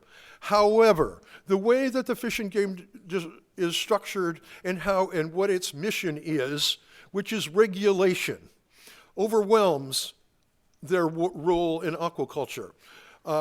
We can only say that when they are benign, they are okay, but otherwise we get probably a great deal of opposition, and worst of all, a lack of access to resources that derive from the regulations of the Fish and Game Department. There are other things that are going to come down the line. What we need is a proactive, supportive California Department of Fish and Wildlife, which is what is in the present law that encourages the development of aquaculture in California. Well, in truth, that really hasn't happened, despite the good efforts of Randy and Chuck. The next part is very closely related. These next two parts are all closely related. We recommend to the legislature that the California Fish and Wildlife Department significantly upgrade its staff expertise and resources to promote and support an expanding aquaculture industry. The dimensions of an offshore industry, and make no mistake about this, someday, like the rest of the world, are going to have more economic value than our capture fisheries as they remain as they are. And I don't know how long that's going to take, but it will happen. It's an inevitability. We have about 2 minutes. When? 2 minutes. 2 minutes, that's fine. I'm writing up. Now, this relates very closely to the next item, which is finalizing the marine PEIR, which has been a thorn in Randy's side and in ours. It has been 14 years since the enabling legislation for that marine PEIR was passed. And once again, this is not any reflection on the department, but one of the reasons it's taken so long, and it's taken a time to realize that, is there really isn't the scientific expertise or management skill to do such a thing, to understand offshore marine aquaculture in its entirety, to conduct such a thing in a reasonable time. And in my opinion, that is why it's taken 14 years. That's the root cause, I believe. We've had to redo it, I think, at least 3 or 4 times. And it's essential. It's the very first step in creating a legal framework for offshore aquaculture in California. Anything else? Thank you. That's fantastic. And I did not mean to be pushy there towards the end, but I want to just interrupt quickly to see if we have any questions in regards to any items Mr. Schur had brought forward. Congressman. I'm going to have some questions, certainly about offshore finfish aquaculture, but I want to make sure I'm not.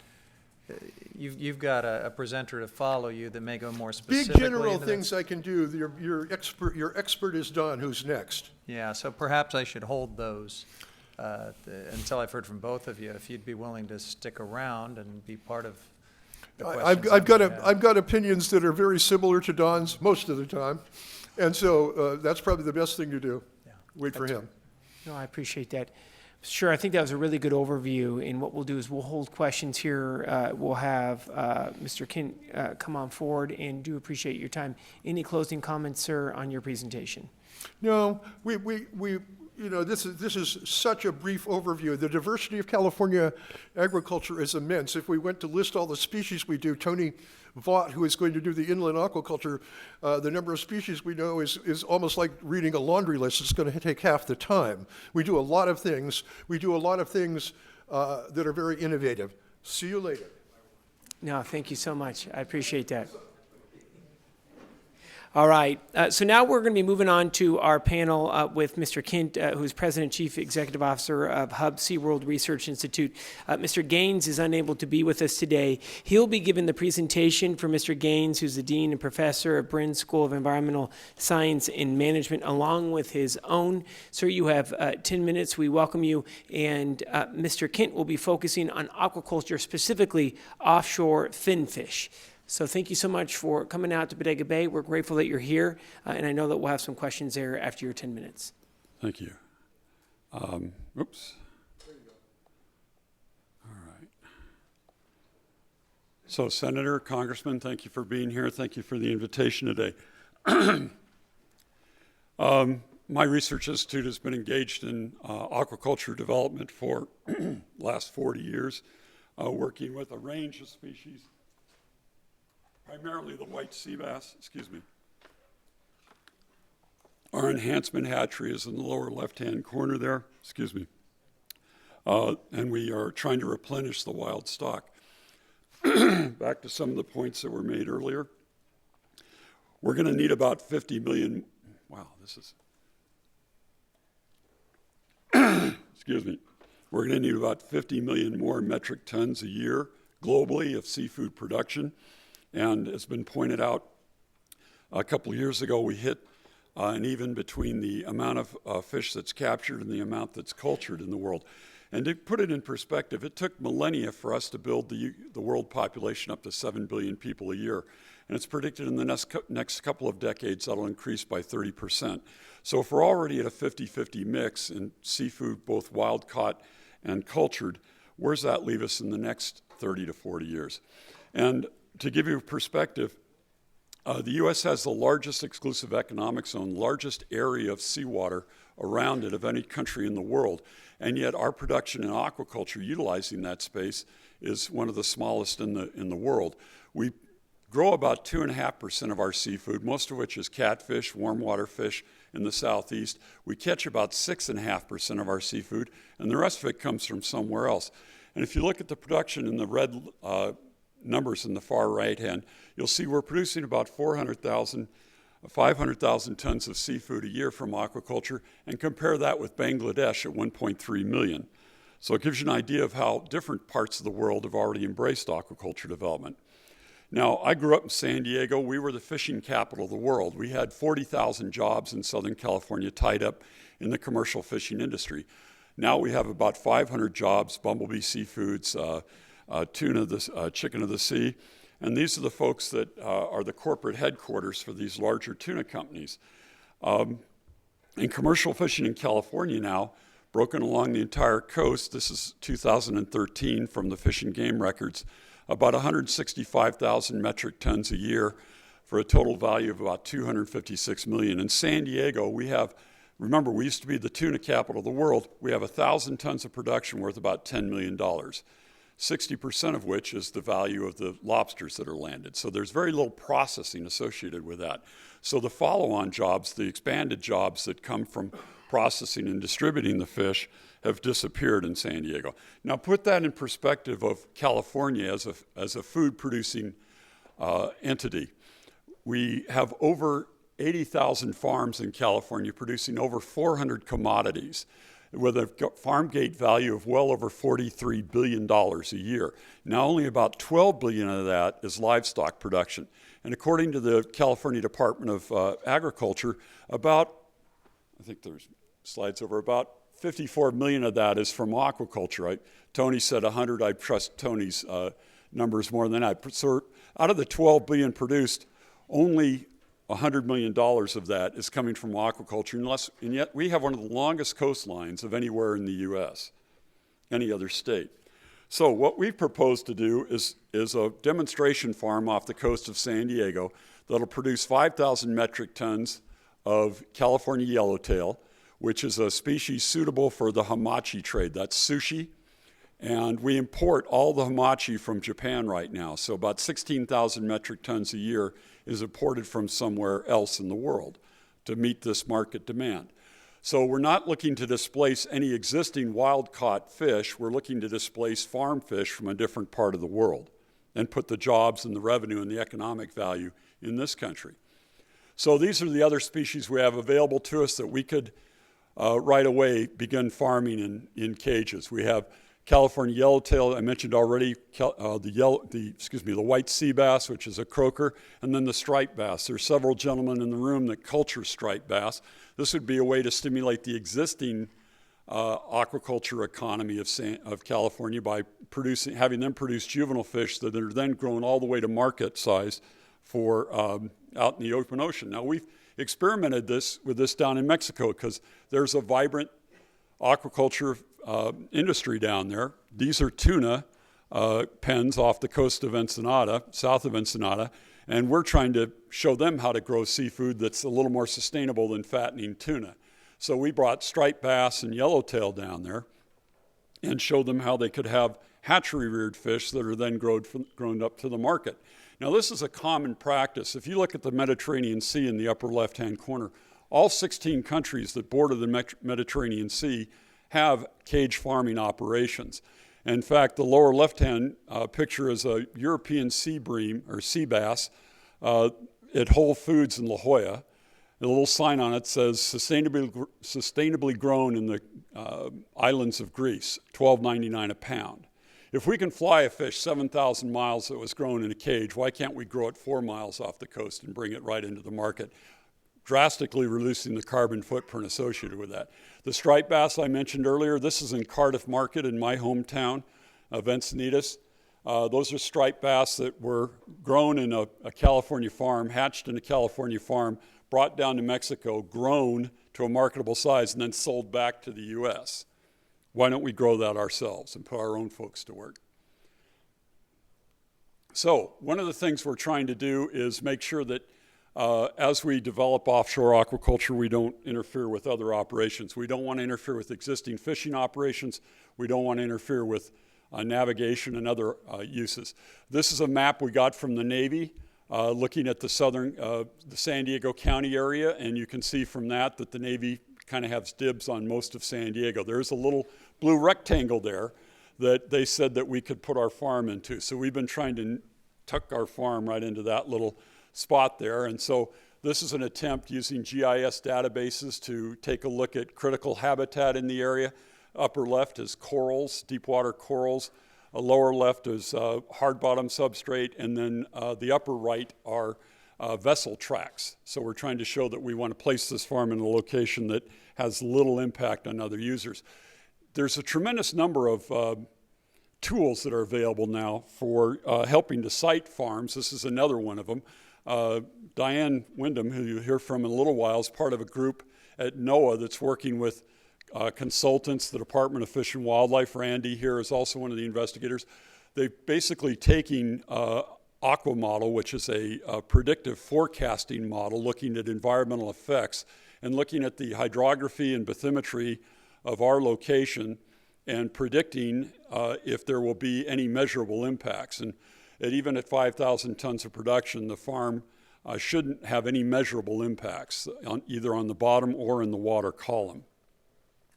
So what's the potential economics? As we start talking about the balance between environmental impacts and the need for the seafood, how do we balance these things out? Well, another balancing act goes with the economics of it. This one farm could produce upwards of $50 million in ex-vessel value a year. Now remember, San Diego's total haul in a given year is $10 million now. That's a 5-fold increase. It means our working waterfronts have more activity on them. We have processing and distribution of the seafood that's required.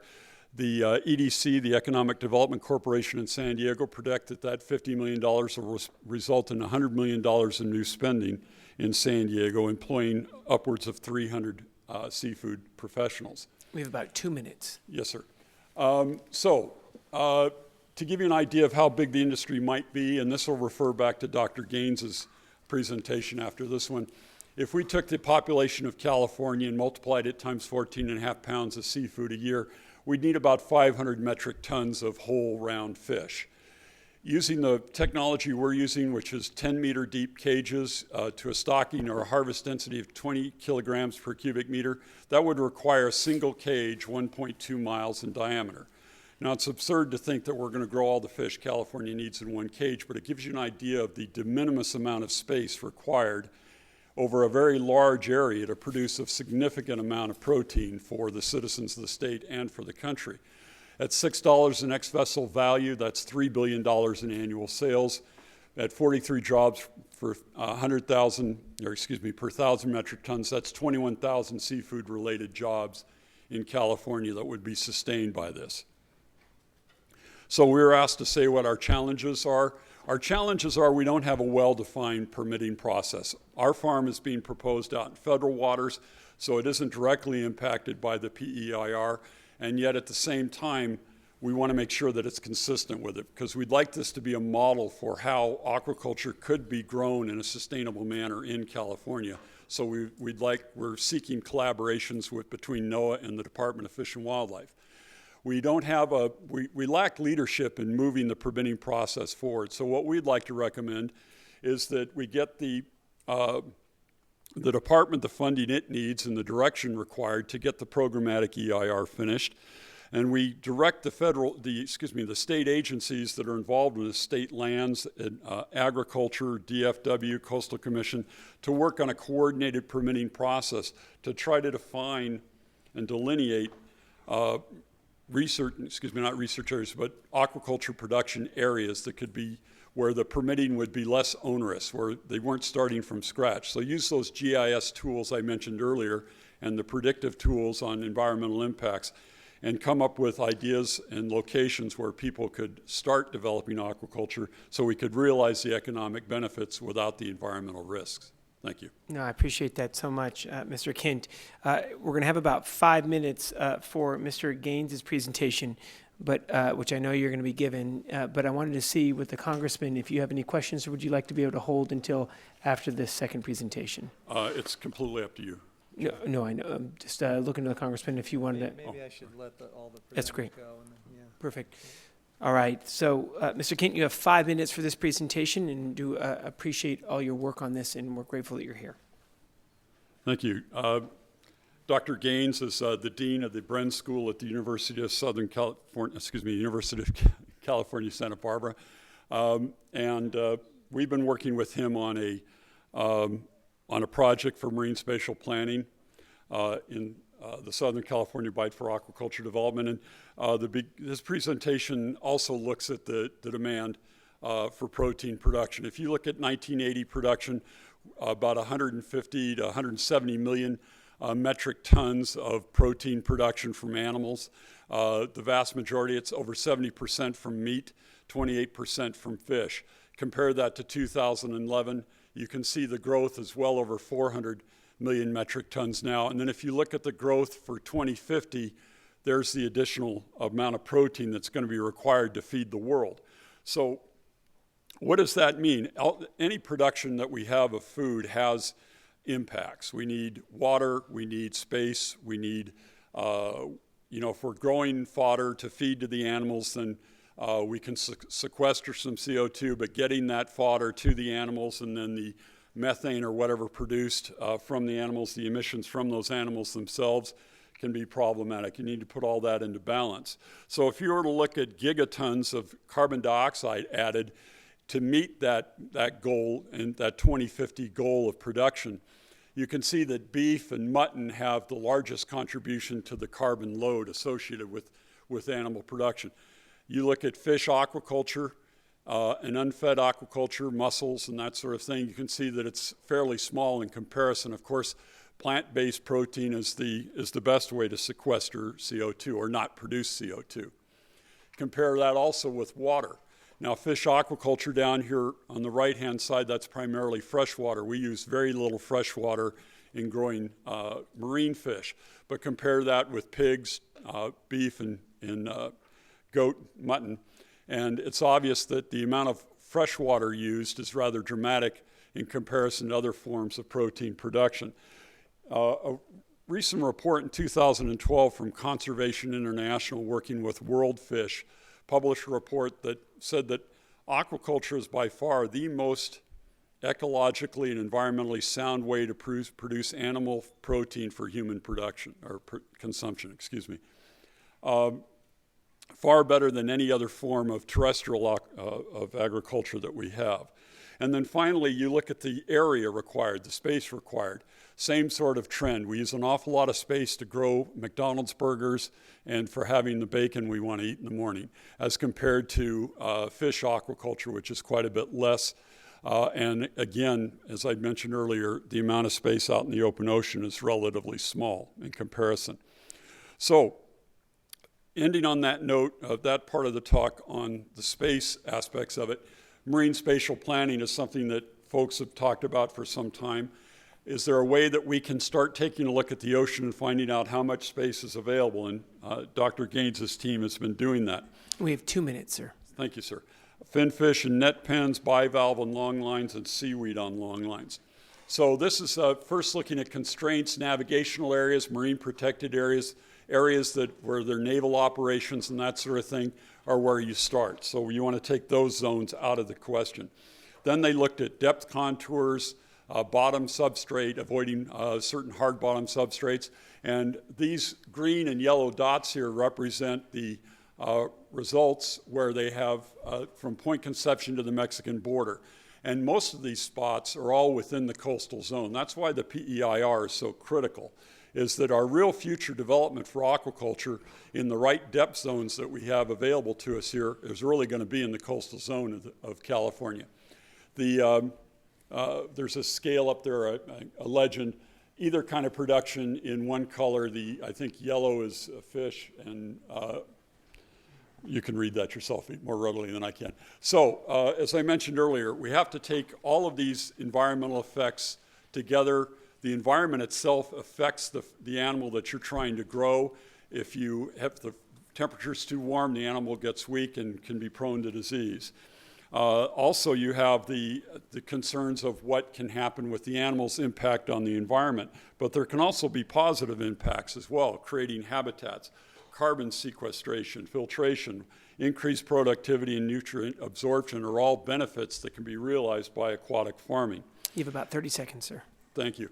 And one final breakdown comparing, this is an analysis that shows that marine finfish farming would probably best be done in the southern part of the California with, the southern part of the Southern California bight, and bivalves in the northern part of the bight. And with that, the final thought is that driving aquaculture to other countries, which is what we're doing, that have lower environmental standards, I think speaks to your original concern, sir, which is that we can only inspect so much of our seafood, so why wouldn't we grow it according to our own standards, and then instead of trying to inspect it when it comes back into the country, thereby leaving the environmental responsibility and stewardship with ourselves rather than in other countries, and also leaving the economic benefit to be realized in this country as well. Thank you.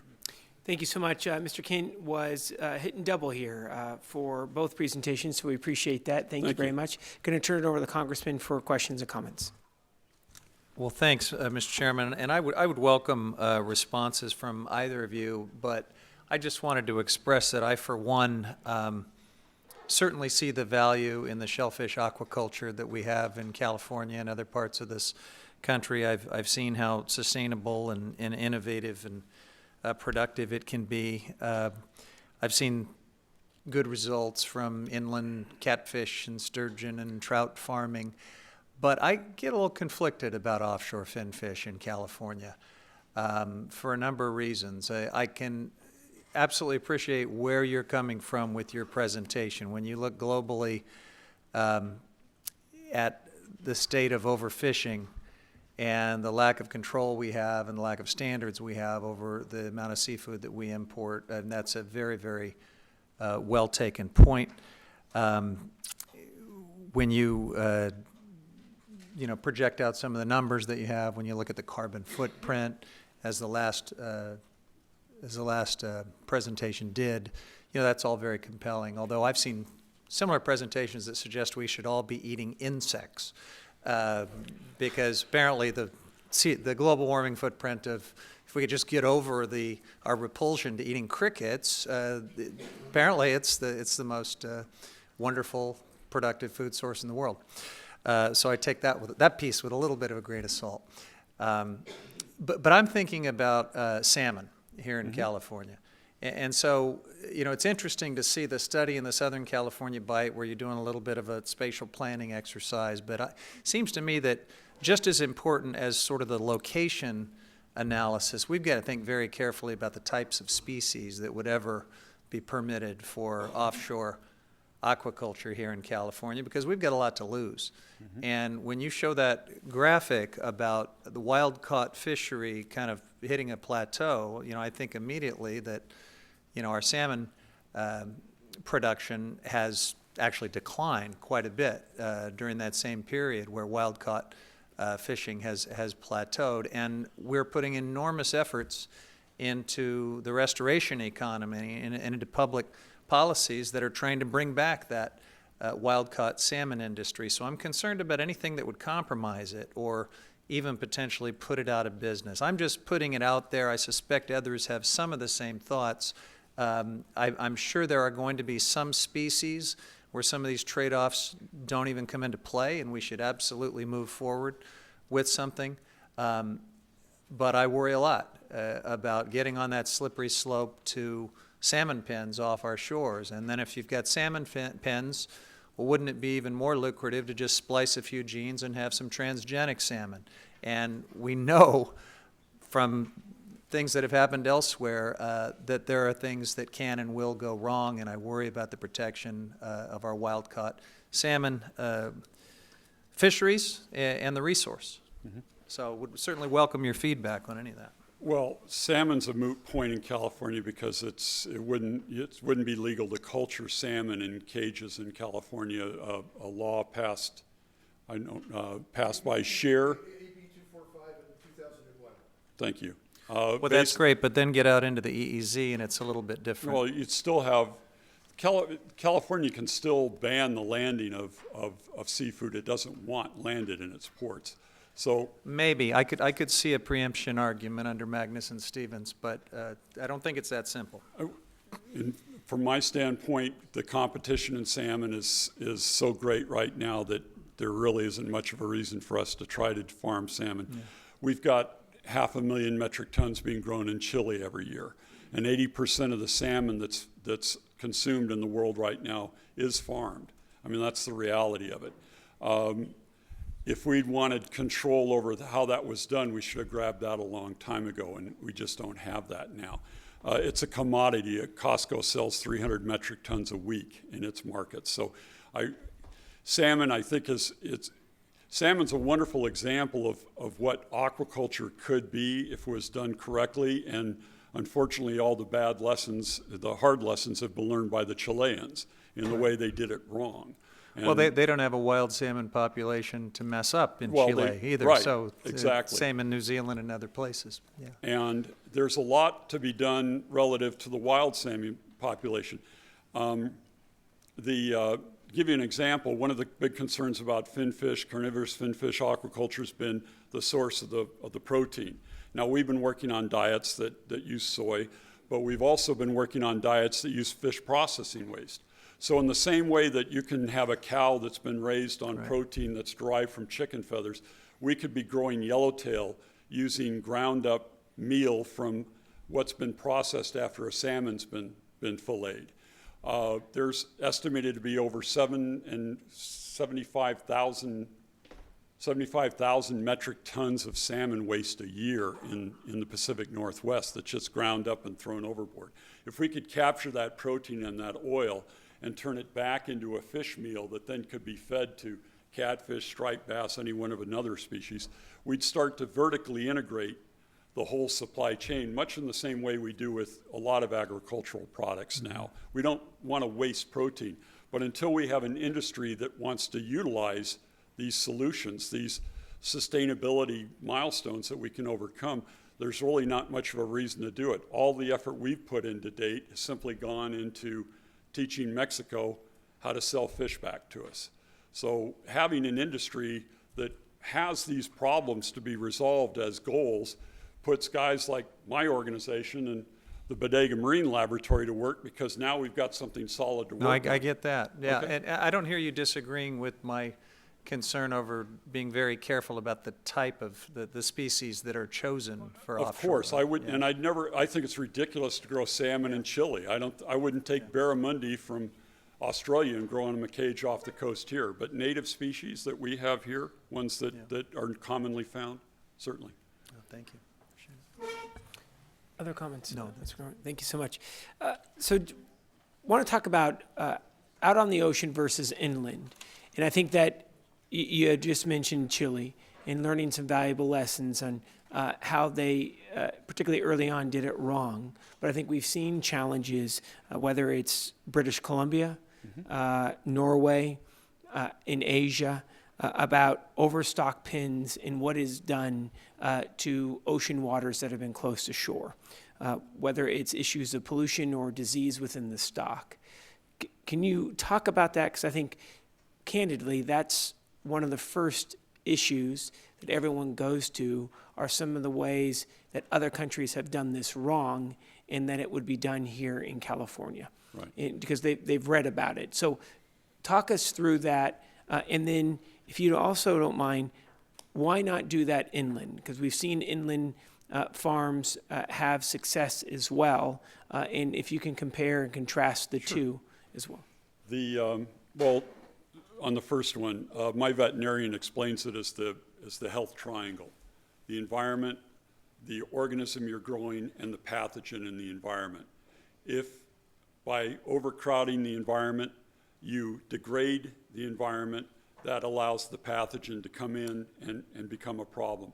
By keeping your fish in clean, clear water that has good circulation, adequate depth under it, you don't degrade the environment. And the pathogens are out there all the time. It's a matter of not allowing your organism that you're trying to grow be degraded to a point where it's susceptible to disease. In the case of the yellowtail, the only disease problem we're anticipating is a trematode worm that can be, it's in the water column. It can infect get under the skin of the fish and create an infestation. You can treat this with hydrogen peroxide, which is basically non-toxic. It oxidizes, turns into water, and kills the trematode. The reason you don't want to be in an inland area, like inside San Diego Bay or Mission Bay or Bodega Bay, is there isn't the circulation. You basically have water coming in and out from the same location, and you have very little movement of the water, so you degrade the environment pretty readily. And that's what they did wrong in Patagonia and Chile, is they stuck these farms way back into these fjords, and then, hey, that's a great place to be. It's sheltered from the weather, but the water doesn't go anywhere.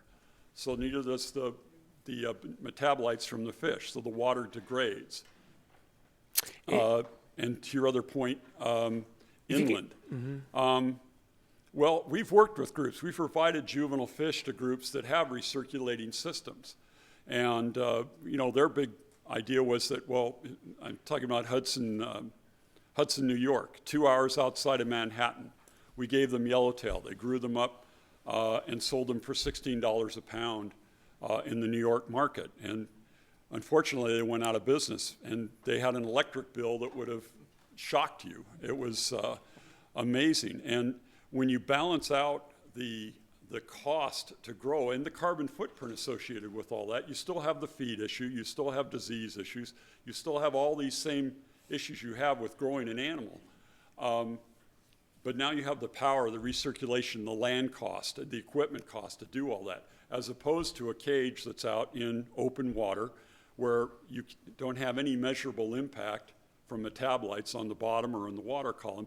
That's really the much better situation. We use a lot of recirculation in growing juvenile fish to stock, but once they hit 30 grams and start getting larger, it's all about the biomass. There's a linear relationship between the biomass and the amount of energy and equipment required to maintain water quality. Yeah, and I think that one of the items that if you are farming in a tank, right, at least the assumption is that you're dealing with that wastewater, if you will, that would have higher ammonia levels in particular, and able to send it to a treatment plant that we see some other agriculture operations doing. But what you're saying is that there's also another impact on the environment as well. whether it's carbon footprint, moving water takes a lot of energy, and there's some concerns with that. Well, there's actually a farm that was out in the Kent Seatech operation that was out in the desert. Or you can take Just. Well, freshwater's a little bit different. Yeah. Yeah. So, freshwater, there's a lot of crops you can grow in freshwater. There's not a lot of crops you can grow with seawater. So let me ask you on, and just on the seawater piece, and I know that we're running a little late here, is what is that, in my ignorance, and I apologize, for an individual that may want to be able to farm, what is that sweet spot as far as how many fish, how many pounds per year, meaning how large does that cage have to be able to cover your operations and maintenance? Wow. And then, so what is it though that you're looking in San Diego, just so I think that folks can get an idea in their head on what a potential profitable operation would look like and how big it would be? Because of the concerns in the Navy and how we've had to relocate our farm to a different site and kind of tuck it in, we've dropped it from 5,000 to more like 3,000 tons of production. That still is functional. And to give you a perspective on how much production that is, if you took all the rockfish in the heyday of the Pacific snapper sales, that's about 40 different species of rockfish that were harvested anywhere from Washington State down into California. The total fishery there was about 5 million pounds a year, or about 2,500 metric tons. So we're talking about the one farm we want to put in would actually have done the production of those, the harvesting of those 40 different species of fish. And we're not saying we don't harvest those fish and manage those fisheries. We can't possibly grow the variety of seafood that's out there. But why import tilapia from Nicaragua when we could grow striped bass here in California? No, absolutely. I know we need to move on, but just trying to picture it. So at the 3,000 tons of production, that would be 24 cages. 24 cages.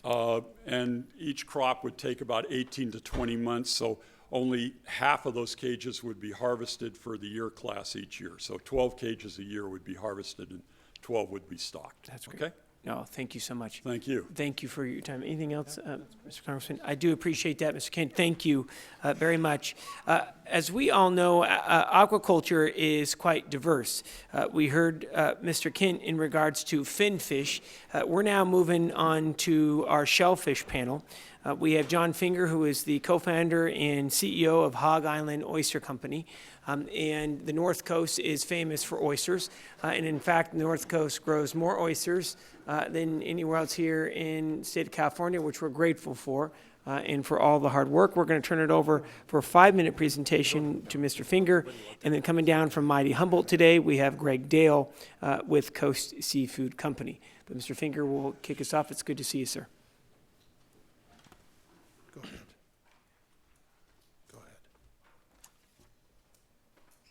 Thank you, Senator, Congressman, and Mr. Weslow for having me here.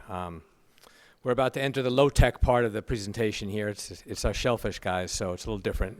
So no PowerPoint, it just trips me up anyhow. So it's interesting so far. Listening to the presentations reminds me of a saying I used to have in the beginning of getting involved in this business: is it will kill you with potential. Get all excited listening to all this stuff, but the hoops and the myriad issues are just are pretty daunting. So anyhow, just real briefly, I try to give you an update where we're at and what we see ahead. I've spoken before here or in front of the senator. Our California shellfish production has fallen of late, mainly due to the closure of the Drake's Bay Shellfish Farm. We were at about 25 million in production according to our numbers, and we're down to about 17 million. We've made up some of that difference because we've had a couple of good years of seed supply. The thing to note about that in context of everything you heard about, we are importing 90% of our shellfish, that over half of it now is farmed, is that if you look at the 15 or so farms that are operating in the state of California, I think there are probably 2 or maybe 3 that export any of that out of state. All the rest of that is consumed in the state of California, and a lot of it in the Bay Area. You've heard me speak before. I mean, I've been in business 33 years. We have never, ever met demand, and that is primarily in the state of California. So when you talk about local food systems and carbon footprint and all that, you want to keep that in mind. I mean, we are a big consumer state, and again, it speaks to the opportunity we have here. So a couple of the issues to talk about that have come up in the last year or so is the need, and the industry sees it as well, to work on BMPs for shellfish farms. We believe we operate businesses that have extremely low negative impacts and a lot of positive impacts, but it's not to say we don't have impacts. And some local folks in Tomales Bay have helped point out that we need to keep track of our gear and make sure it's not getting loose and adding to marine debris issues. And so we've worked with a couple of local environmental groups and with the department and to come up with BMPs, best management practices for shellfish farms in Tomales Bay.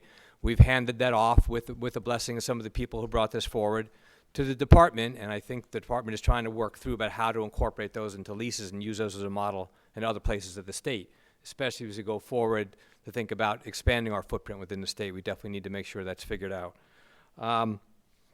It remains challenging, looking at going forward and trying to expand the footprint in the state, which is something we would like to do. One of the things we need to also look at doing, and something that has come up, is looking at even the permits from the existing farms statewide, and that's something we're working with the Coastal Commission primarily on, making sure that a lot of these farms predate the Coastal Act or came into being right around a little ways after the Coastal Act, and we have a lot of practices that are constantly changing. And as a farmer, you need adaptability, you need flexibility in your approaches, and trying to work with the regulators to adopt regulations and permits that allow for us to change within certain scopes the techniques that we're using, so that we can stay ahead of things like climate change and ever-changing coastal conditions. So something else we're working on. Mr. Finger, we have about 2 minutes, sir. 2 minutes. As I mentioned, the permitting of new farms remains extremely challenging. I think Greg's going to talk about that a little bit. The Humboldt Bay pre-permitting project is 4 years in, and that's something we still need to really work on. The other challenges looking forward are with making sure that our state regulatory agencies are properly funded, especially California Department of Health Services, and more especially the Environmental Management Branch, which we work with, which is chronically underfunded. We're trying to get more detail on the amounts of people needed to run the program for existing farms. But for instance, when we talk at all about expanding the footprint in the state of California, we have people at CDPH who freak out because they're trying to figure out how to even maintain enough bodies to maintain the program we have. In addition, lab support, and I know the lab has been extremely challenged by domoic acid, but we had two growers in Morro Bay who, in the midst of an algae bloom down there, were told that the lab couldn't handle their samples. Luckily, they scrambled, found a lab in Washington State who was able to take the samples in order to reopen those farms around the 4th of July, which is really important. So we need to make sure, again, we've got the capacity to handle not only existing business, but increasing business, hopefully, as we go forward. So we look forward to working with the legislature on that. Thank you. No, thank you so much, Mr. Finger. Very grateful. And if you don't mind hanging out until after Mr. Dale, and we have a chair right there for you, and they're going to bring you back for questions, if that works. All right, ladies and gentlemen, we're going to be bringing forward Greg Dale. He's the Southwest Operations Manager for Coast Seafood Company in Humboldt Bay, and has been farming Humboldt Bay for a couple of decades now. We're grateful that you're here, Mr. Dale, and thank you for making the drive. Thank you, Senator McGuire.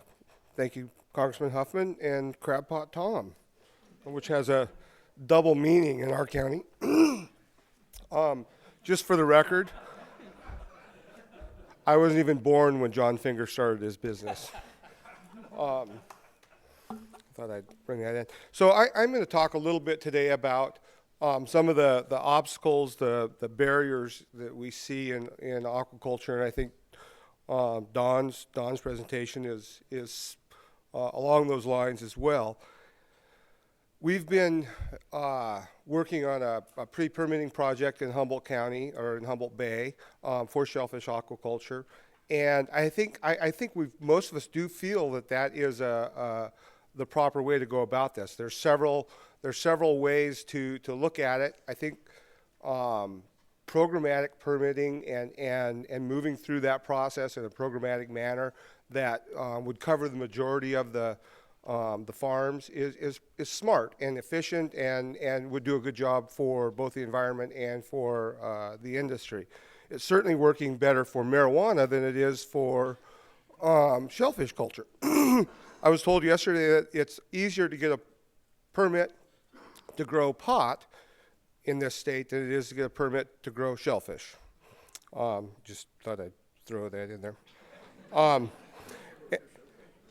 And I've got Brooke here with us, and she's taking that to the next level. Ventura is in the process of putting together a programmatic permit for shellfish culture in that county. So I think some of the issues that go along with the barriers to permitting these farms are misperceptions and need for science. And I think one of the issues that we all face is seeking realistic solutions and managing these permits, these operations, these farms using good science. And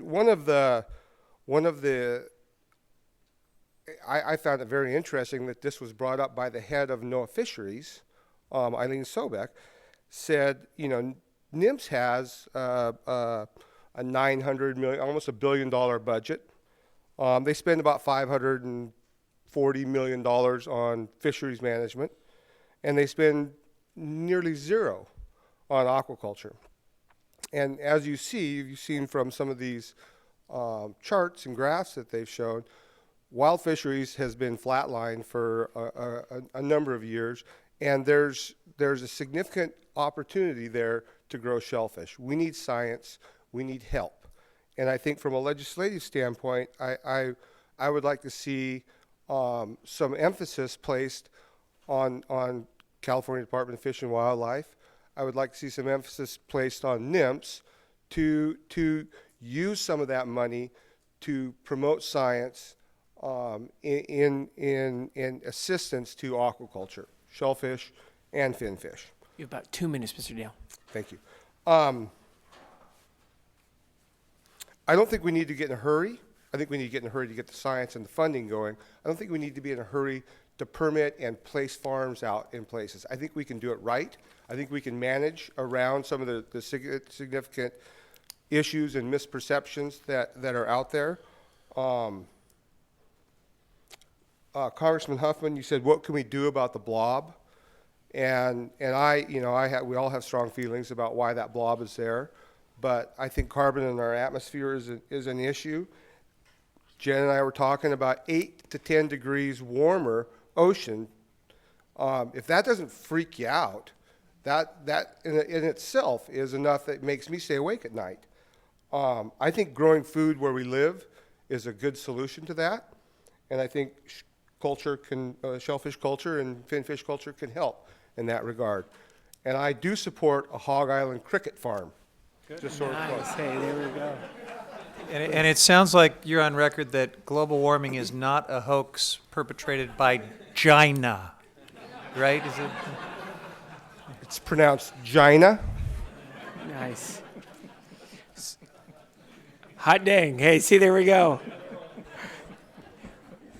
Thanks for the real quick, Congressman, any comments, questions you may have? All right. I do want to just touch on an item that Mr. Dale had brought forward, and it is a reality that we face on the North Coast, is that you have literally thousands of acres of unpermitted rogue marijuana grows that have had decades of devastating impacts to our watersheds, have dried up the eel and mattole in 2014 to the depth of the drought, and going through a permitting process for 4 years. I do think that we need to be able to protect our environment. We need to be able to have proper mitigations. But what we've also allowed to take hold in Northern California with this multi-billion-dollar industry has had devastating impacts to our fish population and our tributaries to our main sins, whether the eel, the mattole, the Russian. And it is a really good point that you bring forward. That said, if we can talk about pre-permitting for a second, I think that the whole hope would be to focus on pre-permitted oyster farms, for example, within a specific bay where you need clean water, like Humboldt Bay, that would have all of the necessary mitigations in place so that when a farmer wants to be able to either expand operations or get into oyster farming, he or she has the ability to move quickly to build that business. You want to go into that on the pre-permitting piece? I agree with you, and thanks for bringing that up. John brings this to my attention every single time I talk to him. There was for the Harbor District a significant amount of interest in the parcels that they are going to pre-permit. Yep. There continues to be additional interest in additional parcels. I think by doing it right, going through the process, the process will address everything, and I think there's opportunities in other areas, not just in Humboldt Bay, but I think that's a good model to use going forward. Did I answer your question? No, absolutely, because it's proactive, right, of being able to go get in there. There will be issues to be able to address those issues on a proactive manner, just like we do or should do with housing or growth within our communities, of focusing on that within the Bay, wherever it may be, whether it's Tamales or Humboldt Bay, but having that proactive approach with both regulatory agencies, non-governmental organizations, and private industry to be able to work together to decide where the best spot is going to be for those farms. And then when there are mitigations that are necessary, be able to do that ahead of time versus saddling that on a future operator, which will make it cost prohibitive to be able to get into the business. That's correct. And I will say that the reason it is happening in Humboldt Bay is because it's being sponsored by government. Yep. And I do think that to a certain extent there is a need for government-sponsored, agency-sponsored leadership and financing for some of these projects. Absolutely. Any other? Yeah, please. I'm going to be very interested to hear from our state and federal agency speakers who I think need to update us on this programmatic work. But I know that Greg was back in Washington last month, where we heard from some of your colleagues up in the Puget Sound area of Washington who have been waiting, 7, 8, 9 years for permits that have just been sitting on the desk of staffers of the Army Corps of Engineers up there who just don't seem to want to process them. So your approach that you're taking in Humboldt Bay of removing that uncertainty and the enormous time component of that uncertainty. Anybody in business knows that time is money, and when you have no idea when you even get your permit, it's very hard to justify the type of investment that is needed for this kind of thing. So I think it makes all the sense in the world. It's not fun either. Yeah, I would think not. So we'll look forward to our next presenters on this. No, I appreciate that. And thank you, gentlemen. And I think the whole issue of why, whether it is Tamales or Humboldt, is you have the cleanest bay water in the state, and you have an incentive to be able to keep that clean if you have those aquaculture operations within the bay being as robust as they are as well. Thank you, Senator. And that doesn't happen by accident. And we've also, in our case, in Humboldt Bay, we've seen a huge investment in a new hatchery that's being constructed as we speak by Hog Island. Thank you so much, Mr. Dale, Mr. Finger. Do appreciate all of your work, and glad that both of you are here. We're now moving on to our next aquaculture panel, focusing on inland production. We're going to hear from Tony Vaught, who's the president of Professional Aquaculture Services, and then Mr. Beer, president and CEO of the Fishery. But Tony is going to kick us off with a 5-minute presentation on inland production. Great. Thank you very much. It's good to see you.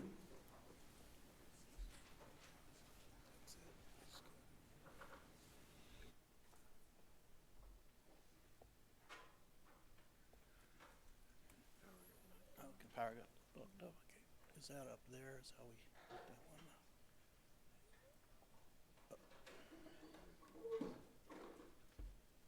Just this the next slide back and forth? Thank you. Got it. Again, thank you for having us all here at Bodega Bay. It's a great site and great work done here. Thanks for hosting this. I'm going to bring us inland for a little bit. Although some of us have 1 foot in salt water and 1 foot in fresh water, striped bass, for instance, is one that can be produced in fresh water. Let me get to the right one here. Striped bass is one that is produced in fresh water and can be acclimated into salt water within 24 hours, which is quite amazing, and then grow up to market size in salt water. And like Don said, some are shipped out now to Mexico, and they come back to the United States. No reason for that. This is a list of fish that have been raised in California. You see it's a long history of aquaculture, starting with oysters in the 1850s and moving down the line. This is not a complete list, but it just gives you an idea of the history of some of the things that are done. And I think we can move forward with even a more impressive list if we really get with aquaculture. We got to get serious on aquaculture, or we're just not going to have any seafood to eat in this country. Striped bass, sturgeon, channel catfish, rainbow trout, a hybrid carp that's made for the Asian market in San Francisco, largemouth bass, and tilapia. These are representative fish that are all fish that are being produced in California right now profitably and have been moving forward with technology, markets, and some of these go into the recreational market, which is a big market in California, trout and channel catfish specifically, and largemouth bass. Sturgeon for caviar, striped bass for food, and of course tilapia for food. And the Asian markets, live market for aquaculture is robust. There are tens of thousands of fish being trucked each week into the Asian markets in the Bay Area and Los Angeles and throughout the state. This is, again, not representative of all of them, but it gives you an idea of how diverse California is. You got tilapia in the south, you got tilapia in the north, you got catfish in the middle of the state, you got trout in the middle of the state. There's even trout farms in Southern California. It's because California is just really unique. It's a unique place in the world.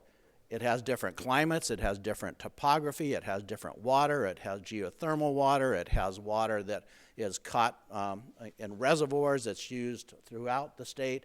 It's got a transfer system for water that can be tapped into to grow more fish. It's incredibly set up for aquaculture. Let's talk about water. Aquaculture is a non-consumptive use of water. We borrow it and we grow fish in it. And when we're done with it, it goes off to other farms in a freshwater situation. It goes off to rice farms. It goes to alfalfa farms that are harvested to grow animals. It goes into nut and production, almond production. So we just borrow it. And it's an excellent way to actually enhance the water, uses less fertilizer. It's been used for several different crops. So you can see here, there's a rice farm here that uses the water, recirculates it through, grows rice. In the middle there, that water goes off to pasture.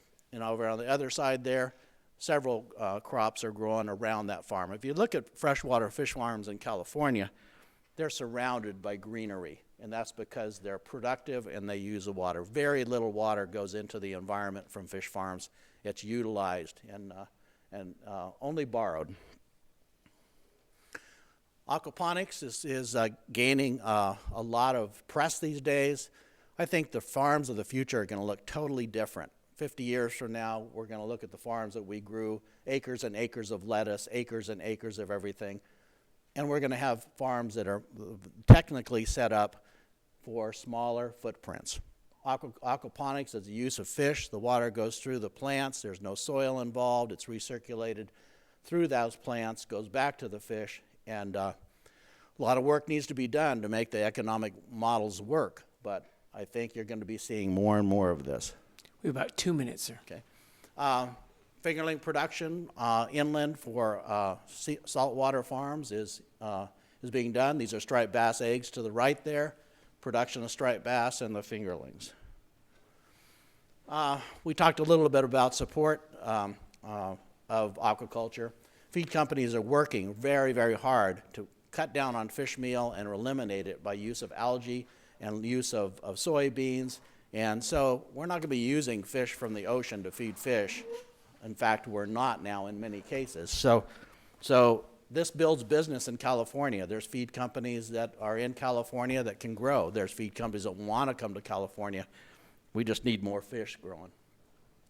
Working waterfronts, this is at Humboldt Bay. This has got fresh water and salt water. It's got hot and cold running water. Fresh and salt water can come together to produce brackish fish, saltwater fish, and freshwater fish. Again, processing and marketing, all the businesses surrounding aquaculture are robust. Research.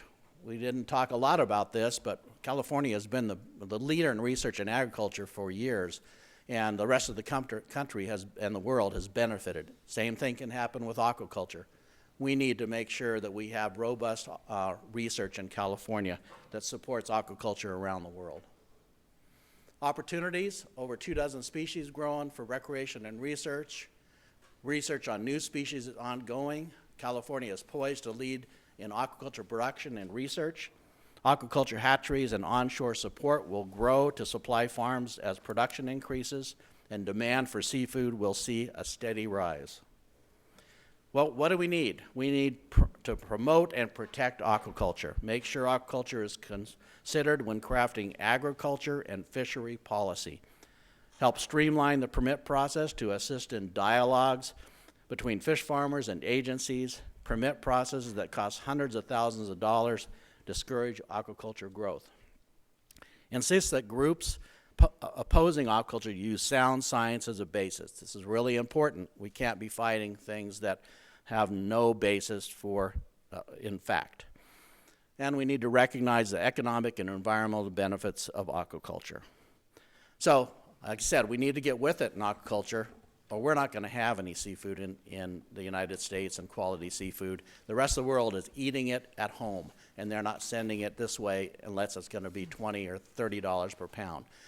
You used to be able to go to the store and you would look, and if you couldn't afford a steak, you'd buy a piece of fish. It was less expensive. It's flipped completely now. You go to buy fish, you can't afford it. You're going to go buy a piece of meat because it's going for $15, $18, $20 per pound. Thank you very much, and maybe we'll wait for questions after Ken Beer, and we can address some of the issues in inland fish. Thank you. The congressman's wondering where that top right fish was farmed. Hey, see, there we go. The big one? Hey, there we go, yeah. The sturgeon? Yeah. That's actually a wild fish. Years ago up in Really? Columbia, we went up there and we were pulling fish out of the Columbia and out of the Sacramento. Figure what end was what, and with Serge Dorshoft and with help with Ken Beer and others, we figured out how to grow sturgeon, and Ken will say quite a bit about the sturgeon story. That's great. It's absolutely a success story of aquaculture. Same with the others. We pulled those out of the river, figured them out, and so that's some of the things we can do. That's fantastic. No, I'll hand it over to Ken, and he has absolutely a success story for aquaculture. Thank you so much. If you don't mind just hanging with us on the chair right there, and then we're going to be bringing up Mr. Beer, who is president and CEO of the Fishery, and telling us all about the success. And we welcome you, sir, and thank you for hanging with us today.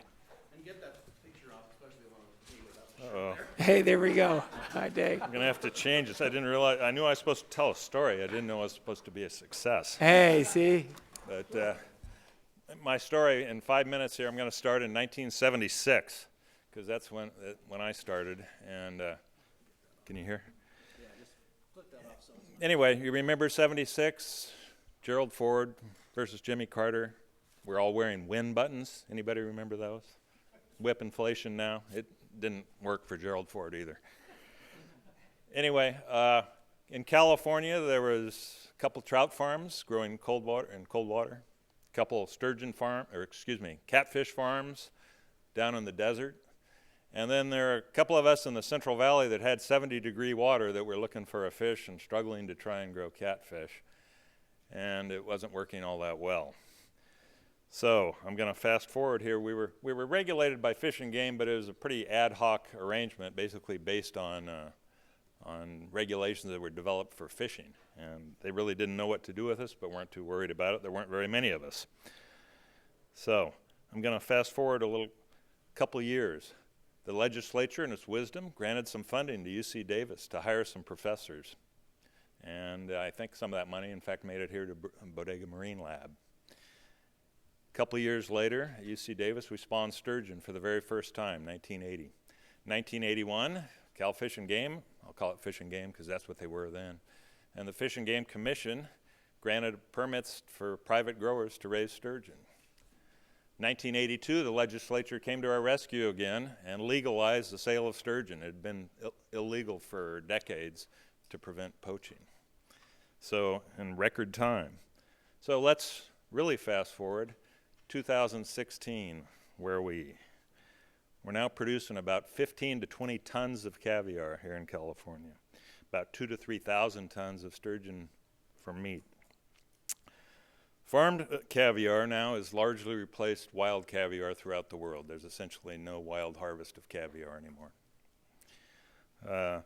And Sacramento County, we have 4 sturgeon farms in just there that probably would rank 3rd in the world behind China and Italy in terms of total production caviar, just in Sacramento County. So how did we get there? I credit it to 5 different entities. One is, of course, UC Davis, and it could be any research institute, that basically they went to Fish and Wildlife, got funding, and really the funding originally was for to develop hatchery technology for restoration hatcheries. And in fact, there's a number of them now that operate because there's many populations of sturgeon that are endangered. And I might add, we've successfully, I think we're on a 30-year run at UC Davis of consecutive years that we have USDA funding that we're getting from the feds that's coming into California for sturgeon research. Also, I'm not sure too many of you know this, but the aquatic pathologist at UC Davis historically, not currently, but was the leading recipient of extramural grants, and the entire vet school was. So anyway, so those are just a couple notes. Second entity, I give credit to Fish and Game and Fish and Game Commission. Shortly after 1982, we created aquaculture legislation that created a lot of the regulations that we operate under now. And we created Randy's position, the aquaculture coordinator. And a lot of people forget, but we called it back then the aquaculture development section. And the intention was that this is, it's actually in those days you had anadromous fisheries, you had marine fisheries, you had inland fisheries. And then side by side was actually considered to be the aquaculture development section. They all reported to the director. And of course the funding wasn't provided to that section, but it was meant to be, I think, really what its name says, aquaculture development section. We have about 2 minutes, Mr. Beer. Yeah, no problem.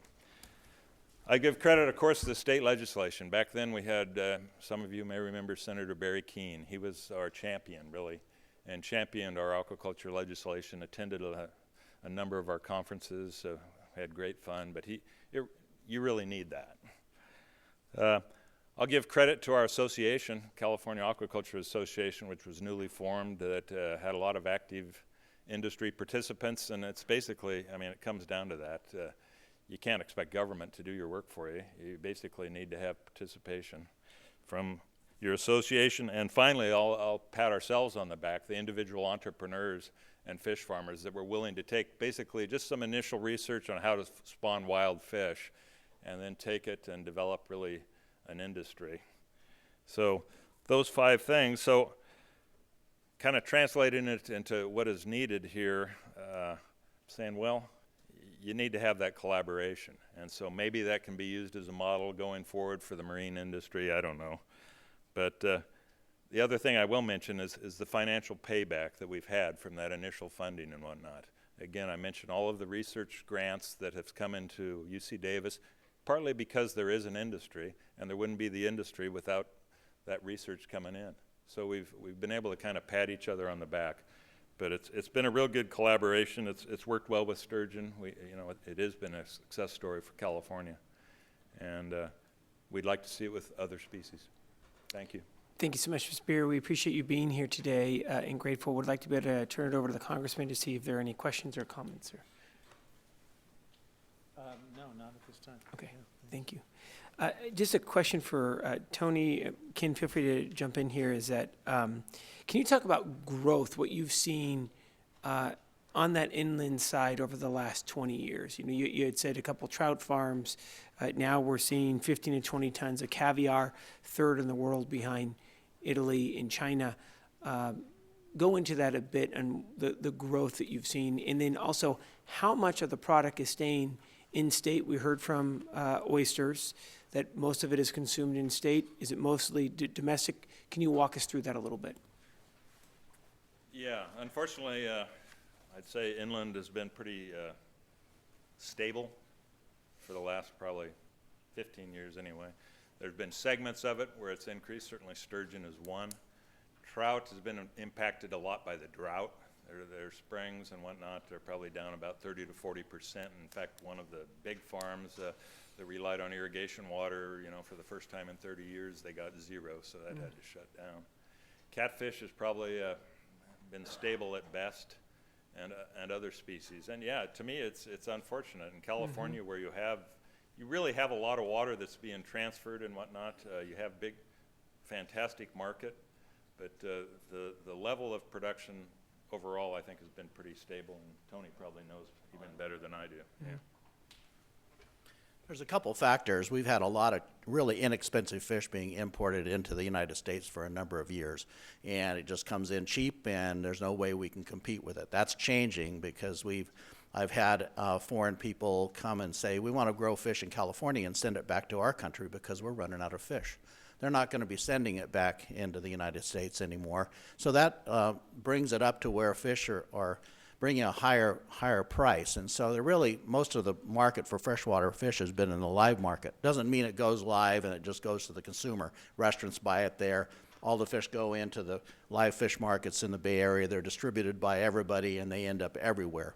But there really needs to be a little higher amount of fish coming in to where processors can start processing other fish like tilapia and catfish and others that are freshwater fish that will be coming in. And I think you'll see the price of fish go up to where there will be people that will be interested in processing, especially when the processing can also have a component like we heard earlier where the waste goes into making more fish meal to where it can go into feed to add to the algae that's being grown, and we won't have to harvest any fish out of the ocean for that feed. So I see it growing, and I see that some of the smaller farmers have gone away because it's been really difficult for them economically in some areas with permits.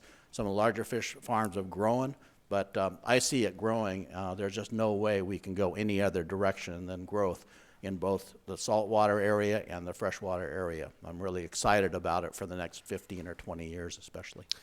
My ignorance quickly, to be able, we hear a lot about what it takes per acre, what it costs per acre to start up a vineyard, and then how many acres you need to be profitable.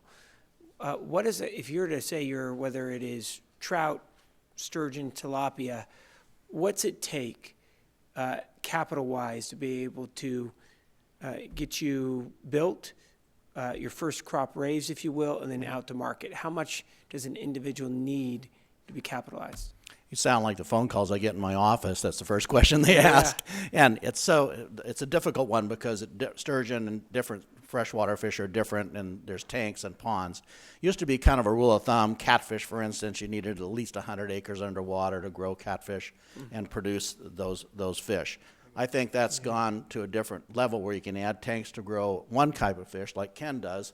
He grows sturgeon and he grows other types, and then that water is used for his ponds, and it goes on to be used for irrigation. So it's a pass-through system. So to answer your question, I think that it kind of depends on the resource, and it depends on the cost of the water and that sort of thing. But I don't think it's out of line. You know, you look at ground that's used for growing almonds, for instance, in Chico, where our business is. You know, it takes 5 to 7 years to grow that tree up, and they're selling that property for $30,000 an acre and putting another $30,000 into it and still making money. Now, the curve may change if there's overproduction, but there's no reason aquaculture can't be combined with other farms that are now growing other crops. Also, indoor farms, aquaponics, the footprint is very small and maybe the investment is higher, but you're not going to need a lot of land for that. So real creative ways to grow food, super creative ways to grow food using fish. No, I appreciate that. Thank you. Anything else? No, thank you. Both of you, we're grateful for your time and so happy that you're here today. Thank you very much. All right, ladies and gentlemen, we're moving on to our final panel today.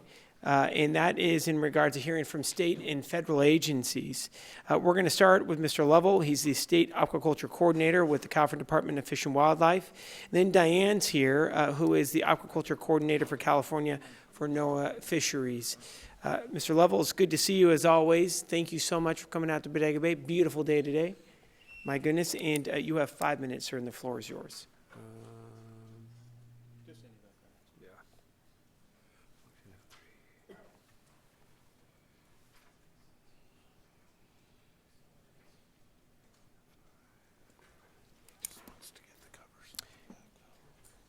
And as we are waiting on the slides to come forward, we'll be taking in public comment here right after Randy and Diane present to us as well. So we look forward to hearing from all of you. There's no PowerPoint. Yeah, there's no PowerPoint. No. So while the technicians bring you up a blank background, I have no PowerPoint No for all this effort. All right, good times. Thank you, Senator McGuire and Thank you. Congressman Huffman. Thank you very much for inviting me and for making this occasion happen. I really appreciate it. And Mr. Westlow, your efforts are greatly appreciated. As I look around the campus here, I'm amazed. This was an alma mater of mine, and can't believe it was 34 years ago that I was here. I need a tour guide to make my way around. At any rate, I want to lead off my presentation today with a little bit of a preview that is in response to the directives of Assembly Bill 1886, which was passed right around the same time I came into this position, regarding the financial state of the Aquaculture Program Fund. In line with that statute, the report is scheduled actually for final completion next February, but at this early point I can actually bring a few things forward. As you may know, 1886 was sponsored by the California Aquaculture Association in an effort to raise fees on themselves to help fund the aquaculture program more adequately. The statistics on the number of aquaculture operations registered since the early 80s has been posted publicly on the License and Revenue Branch's webpage on our department site and has been a regular feature in my report to the Aquaculture Development Committee, in keeping with that spirit of coordination that was dictated by 1886 with that committee. We currently have a total of 133 registered aquaculturists, reflecting a continued downward trend over the last couple of decades. That trend may reflect a number of factors, including consolidation, a retiring generation, the cost of entry into the business, and getting through that regulatory approval you've heard about. Secondly, with the number of aquaculturists registering under these various new renewal or surcharge tiers that we have as fee levels over these past 4 years since implementing AB 86, the average annual increase in program revenues has been a real modest, roughly $21,000 a year. This amount has been helpful, but it's certainly not been a windfall. There remains a reliance on supplemental funding and uncompensated staff time from the department that's easily 10 times that amount just to accomplish the basic program mandates, not to mention some of the places we'd like to go in terms of developing an industry. The forthcoming report will have further discussion of how the program has made use of its revenues how they compare with the true costs incurred by the department, and recommended remedies that we might explore. We have about 2 minutes, sir. With the modest number of aquaculture operations in California, we may need to, particularly above that surcharge level, which is only between 60 and 70 typically in a year, we may need to think about a different approach to revenue generation other than a higher hit to the cost of entering the business in the first place.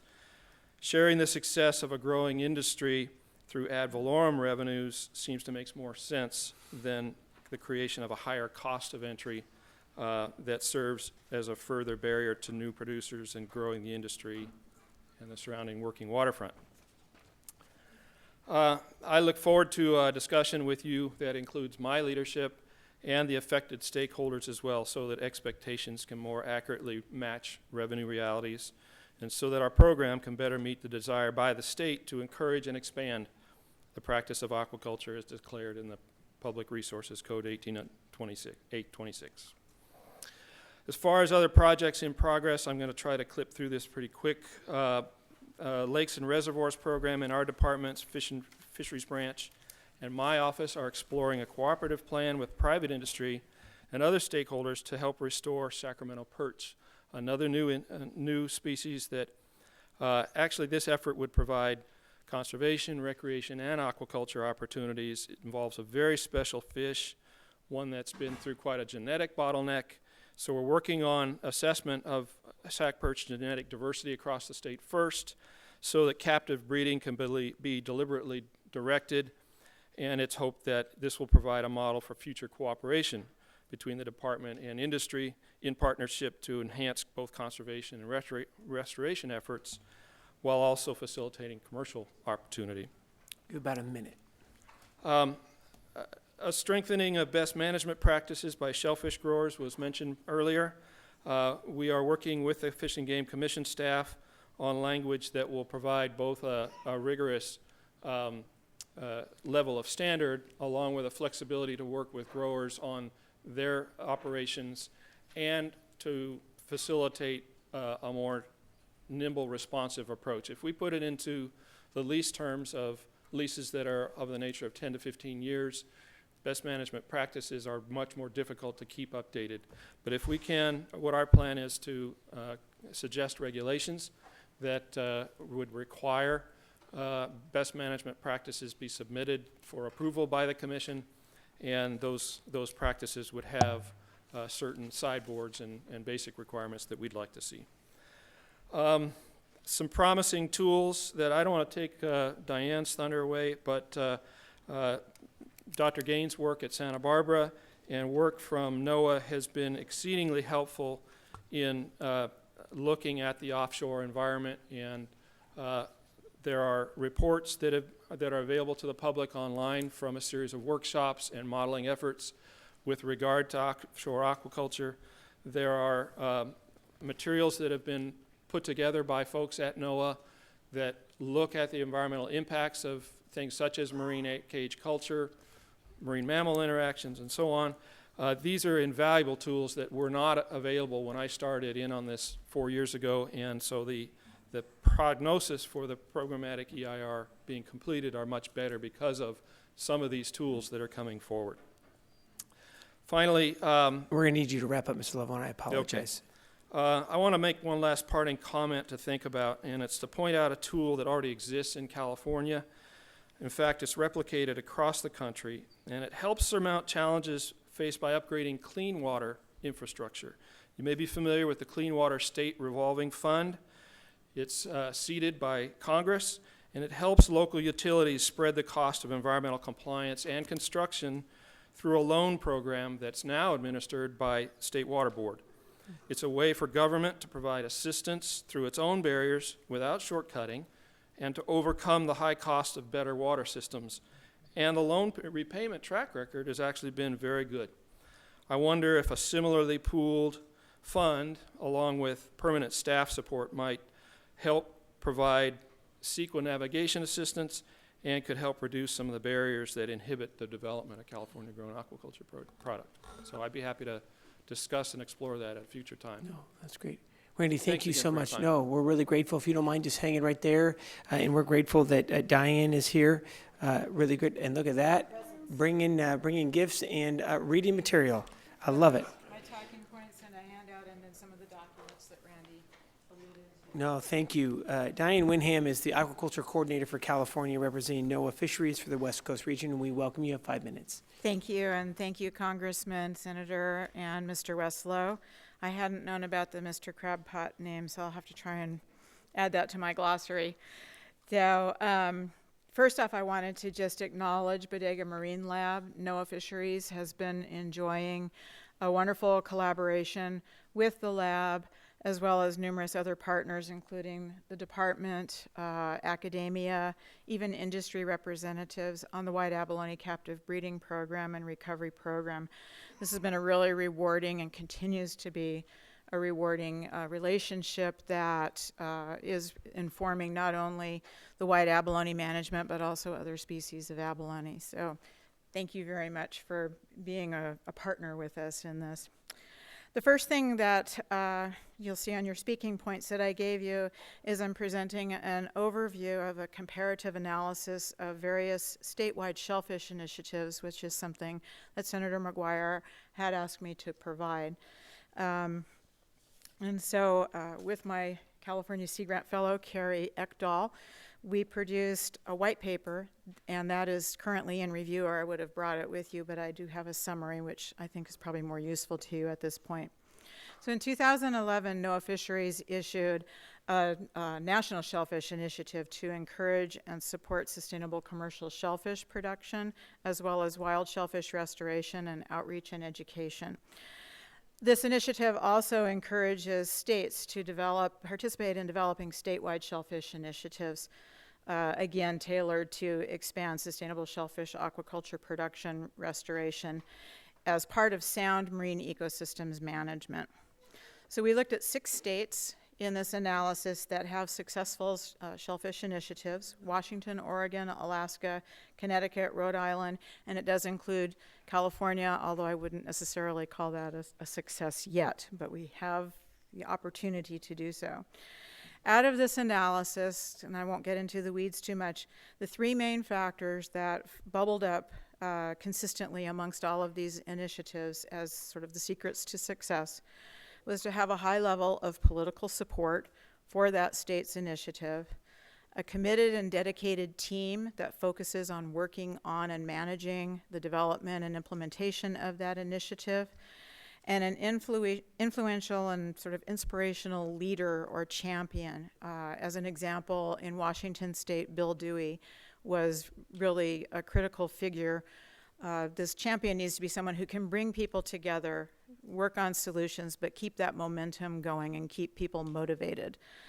So those were the main issues that I really wanted to emphasize, along with being proactive and trying to improve on consistencies amongst regulatory agencies within their regions as well as across the nation. So there'll be more information about that forthcoming with the white paper, but I wanted to at least present that to you. The other items, as you can see, my talking points are scribbled upon because of the very interesting dialogue that's been happening today. And so I'm going to deviate a bit from these talking points, but really kind of building on them. Basically, I've provided sort of a running list of NOAA resources and deliverables and various collaborations that benefit aquaculture development, and in particular some tools that are in development and in utilization for California aquaculture. So rather than go through all of these, I want to, you've got them there. I've brought copies if the audience is interested in seeing some of these, because they provide links online to some of the documents that Randy alluded to as well. But the one thing I did want to focus on was our relationship and our responding to some of the interest in how we direct our budgeting and focusing on science and bringing more science to bear to management decisions. NOAA has been directing a lot of resources toward the National Ocean Service, their National Coastal Center for Ocean Services, as well as our own respective science centers. Our main science center here in California is in La Jolla. Basically, we're working to develop tools and translate the best available science to build regulatory confidence to inform coastal managers in their decision making. That seems to be the biggest gap, is not fully understanding aquaculture, how to analyze it for its environmental effects, how to operate aquaculture in that regulatory context, how to monitor these projects, and how to understand the science and be able to apply it to those decisions. And so a lot of the— We have about 2 minutes, Anne, I apologize. Okay, that's fine.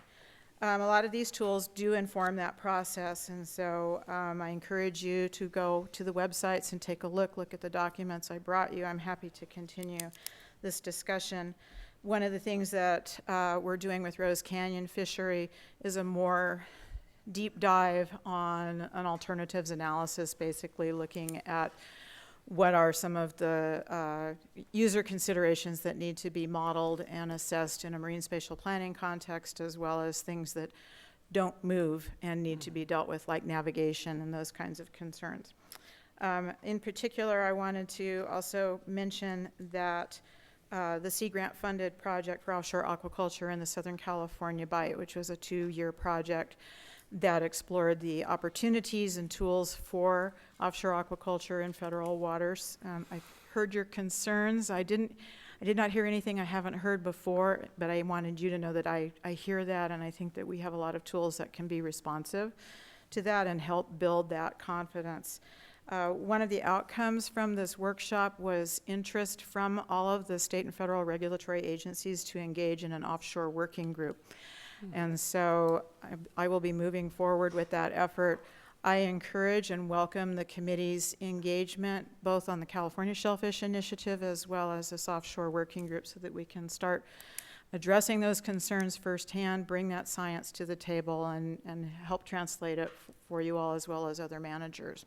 So I'll leave it at that in case there's questions. No, I appreciate that. Thank you so much. Congressman. Well, I wonder if either of you has any comment on what we heard earlier about the programmatic, the need for programmatic permitting, and in one case pre-permitting. If your agencies have any thoughts about that, and to the extent that you have been involved in the Washington State Shellfish Initiative, if you have any thoughts about how what seems to be an effort that checks every one of the boxes you've identified for a successful initiative, and yet it's still stuck in the mud waiting for Corps of Engineers permits. I wonder if you have any thoughts from the NOAA side of that. Okay, I guess I'll go first. What I can say, I'm familiar with the Washington State Shellfish Initiative, and both the current governor and the governor before that have been very supportive of the shellfish initiatives. And in Washington and in other states, there's even been legislative bills passed to help fund and support those projects. A lot of the projects that were identified as actions that would fall under that Washington Shellfish Initiative were projects that were already underway, but maybe were tenuous on their funding, and so it helped bring additional support to get those projects through. The permitting piece of that is sort of it tears off of a shellfish initiative, but it kind of has a life of its own. And I'll be honest with you, there are challenges in maintaining consistency within the regions of the Corps of Engineers and NOAA Fisheries and other agencies in terms of how we interpret and apply the regulations and policies. And so that's something that I like to think that a shellfish initiative can help streamline, because it gets people together and talking about it together and not just pontificating from their respective podiums. So there's not a silver bullet to this, unfortunately, relative to shellfish initiatives. I think there's a lot to be learned from the other initiatives. All of the ones that I mentioned today, including California, have been underway for 1 to 3 years. Ours is the only one that hasn't really made significant progress. And so I think the sort of political will there has a big piece in that. Relative to permit streamlining, I'm not going to steal any thunder from Randy, but relative to the federal waters, our work with NOS is actually looking at basically sort of a aquaculture planning areas approach, where largely through what we're doing with the alternatives analysis for Rose Canyon Fisheries and looking at a large geographic area offshore and identifying, with all the constraints that have to be considered, what bubbles up again that could be used for aquaculture. And then you have the beginnings of sort of pre-identifying planning areas that could be considered for aquaculture development. I think that model is something that could be used in state waters. While we can't grow finfish in state waters yet, I really think that there's a lot of merit in what we're trying to do in federal waters that may inform and set the stage for the eventual growing of finfish in state waters, hopefully. What you just described, would that look like a programmatic EIS for aquaculture in federal waters, or is this a programmatic EIS for like all marine spatial planning of every kind under the National Ocean Policy? In my mind, it would be more of specific to aquaculture because it has specific components to it that you can't necessarily generalize. Makes it a little more difficult.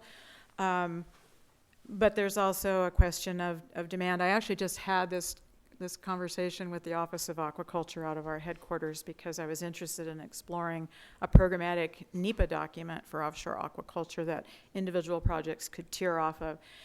And it's a little bit of a supply and demand consideration.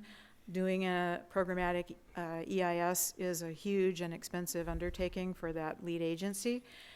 And there's a whole nother discussion about lead agencies that I won't go into, but if there's a demonstrated need to go there, I think that NOAA is an organization that could definitely consider taking that on, and that might help inform the process on the state side. But honestly, I think that the PEIR is probably going to get ahead of us in terms of programmatic documents.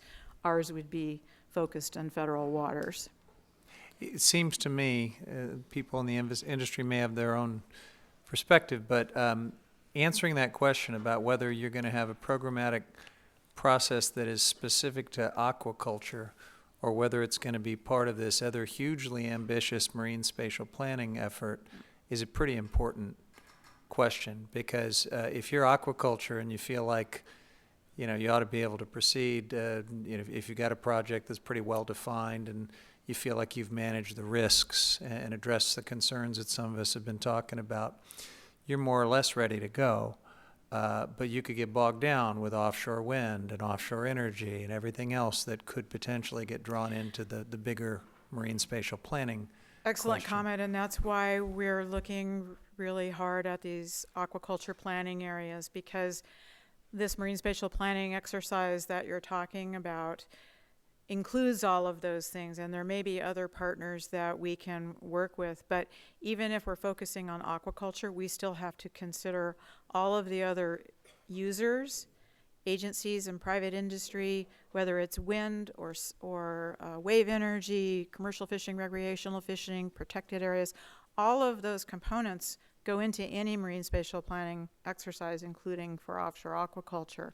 So I think you could build on a programmatic document for offshore aquaculture, and you would have all of the foundational information, but you might want to dive deeper into that data specific to a different activity other than offshore aquaculture.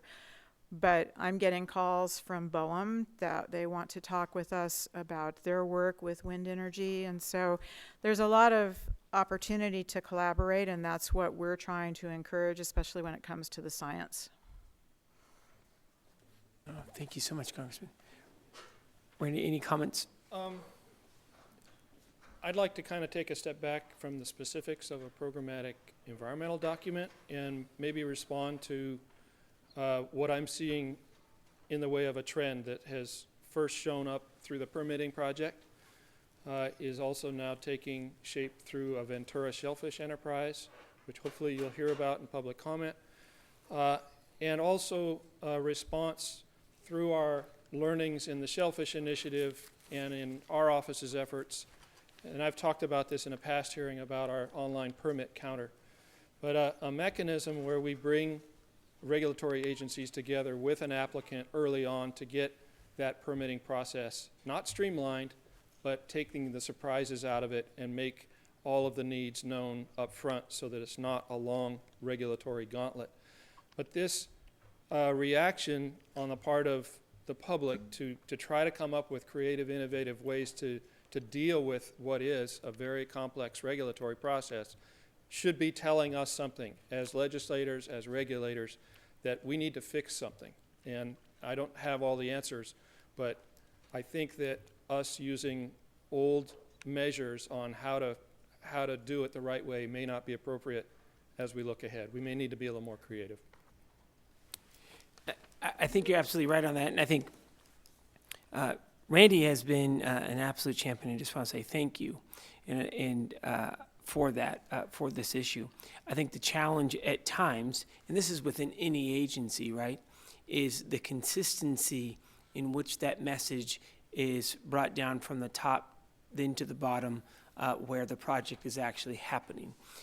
And I will never speak for Randy whatsoever, but I think that has been the frustration that I've seen, whether it's at a county level or a state level, of wanting to make sure that if this is something that we're going to move, that there's consistency at all levels to be able to actually accomplish it.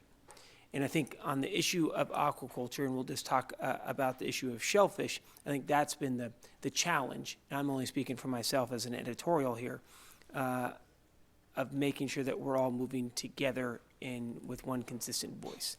If we could elevate, once again, re-elevate that aquaculture development section, as Ken talked about within our department, it might address some of what you're talking about. Absolutely. And I think that's, just very quickly, on this, of also an education campaign on what aquaculture is, the facts behind it regarding consumption habits. One of the items that we have found, even though there is tremendous economic pressure coming in from foreign sources, California's flower industry, when they launched their California Grown and now America Grown campaign, they've seen significant success outpacing Ethiopian roses, for example, that are grown less than half the price, but people have this affinity to be able to buy what's close to them. And I think that's the other piece of looking at, there is a strength that we have of having it grown local, and I think that's the movement where consumers also want to move to.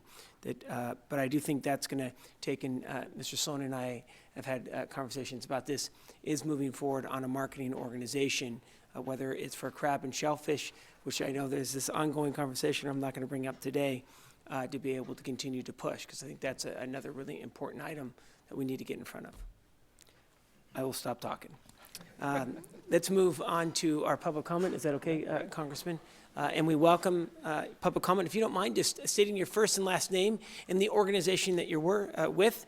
You have a 3-minute time limit, and I'll give you a prompting of 30 seconds when you're about to hit the time limit. And again, we welcome you and thank you all for your patience and for hanging with us today. Let's start out with the Salmon Association. Welcome. Can you hear me? Yes, you're good. You're on. Congressman Huffman, Senator McGuire, Tom Wesselow, Crab Trap something.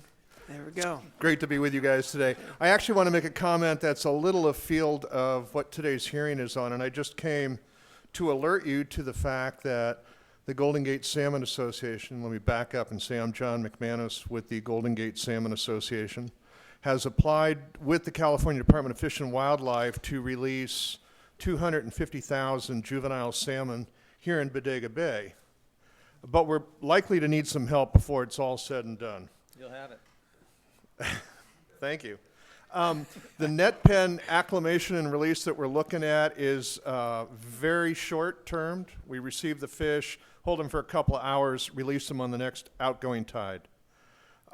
Proposals to release net pen fish in Bodega Bay have been brought in the past, and I have heard that federal concerns stopped it in the past. With the 2-hour hold and release approach, perhaps those concerns are going to go away. We will find out. CDFW has warned us, and I will paraphrase, not to hold our breath on this permit application. So don't know exactly how quick we're going to get a response, but I wanted to alert you to that. We have the support of the Spud Point Marina. We've worked with them, and they've been great. We think that this application will be exempt from a need to get a coastal development permit because we're only holding them for 2 hours and releasing them. I don't think that's going to be necessary. And we're talking about enhancement fish, not mitigation fish, kind of fine points here. But the only salient part of that is enhancement fish costs money, and the Commercial Salmon Stamp Committee pays for part of them. The Department of Fish and Wildlife pays for another part of them. There may be an opportunity in the future where we might come looking for help on the state level to fund enhancement fish. And I just want to thank you guys for your great work. Thank you so much for being here. Congressman, any items on that? No, I am, John, thanks for that update. I'm going to be meeting with some of the Bodega Bay fishermen here during the month of October, and I'm sure I'm going to hear a lot about the suffering that they've gone through with the terrible salmon years compounded by the loss of the Dungeness crab fishery. So anything we can do to breathe a little life into fishing in this area is something I'm very interested in and appreciate your leadership. Thank you, John. Thank you, Congressman. Mr. Sloan. Congressman Huffman, Senator McGuire, Tom Weslow, once again, Tim Sloan, Executive Director, Pacific Coast Federation of Fishermen's Associations. I wanted to say that you guys are all asking the right questions when it comes to offshore finfish aquaculture. We're very lucky in this state right now. We have a blank slate. We have an opportunity to get it right. And it's going to take a lot of work with both the commercial sector, existing aquaculture operations, the Department of Fish and Wildlife, National Marine Fisheries Service, and the legislatures. And we hope to continue that dialogue to make sure that our salmon stocks and our struggling salmon fishermen aren't irreparably impacted by marine offshore aquaculture. Thanks. Thank you so much, Mr. Sloan. Good. Thank you. Good afternoon, ma'am. Thank you so much for being with us today. It's good to see you. Good afternoon. Thank you for having me. My name is Brooke Ashworth, and I'm representing the Ventura Shellfish Initiative, and we really appreciate your time and attention to all the issues that are being raised today. I have a fact sheet, which I will give you after my presentation about our project. I'm not going to go into the details. There's no time for that. But I will just say briefly, we're proposing 20 100-acre lease sites in state waters, growing the Mediterranean mussel via the submerged longline method, with all catch landed at the Ventura Harbor. Those green zones that you saw in Dr. Gaines' presentation, we're in one of those, and we've been working with a team from the Bren School on marine spatial planning for our project.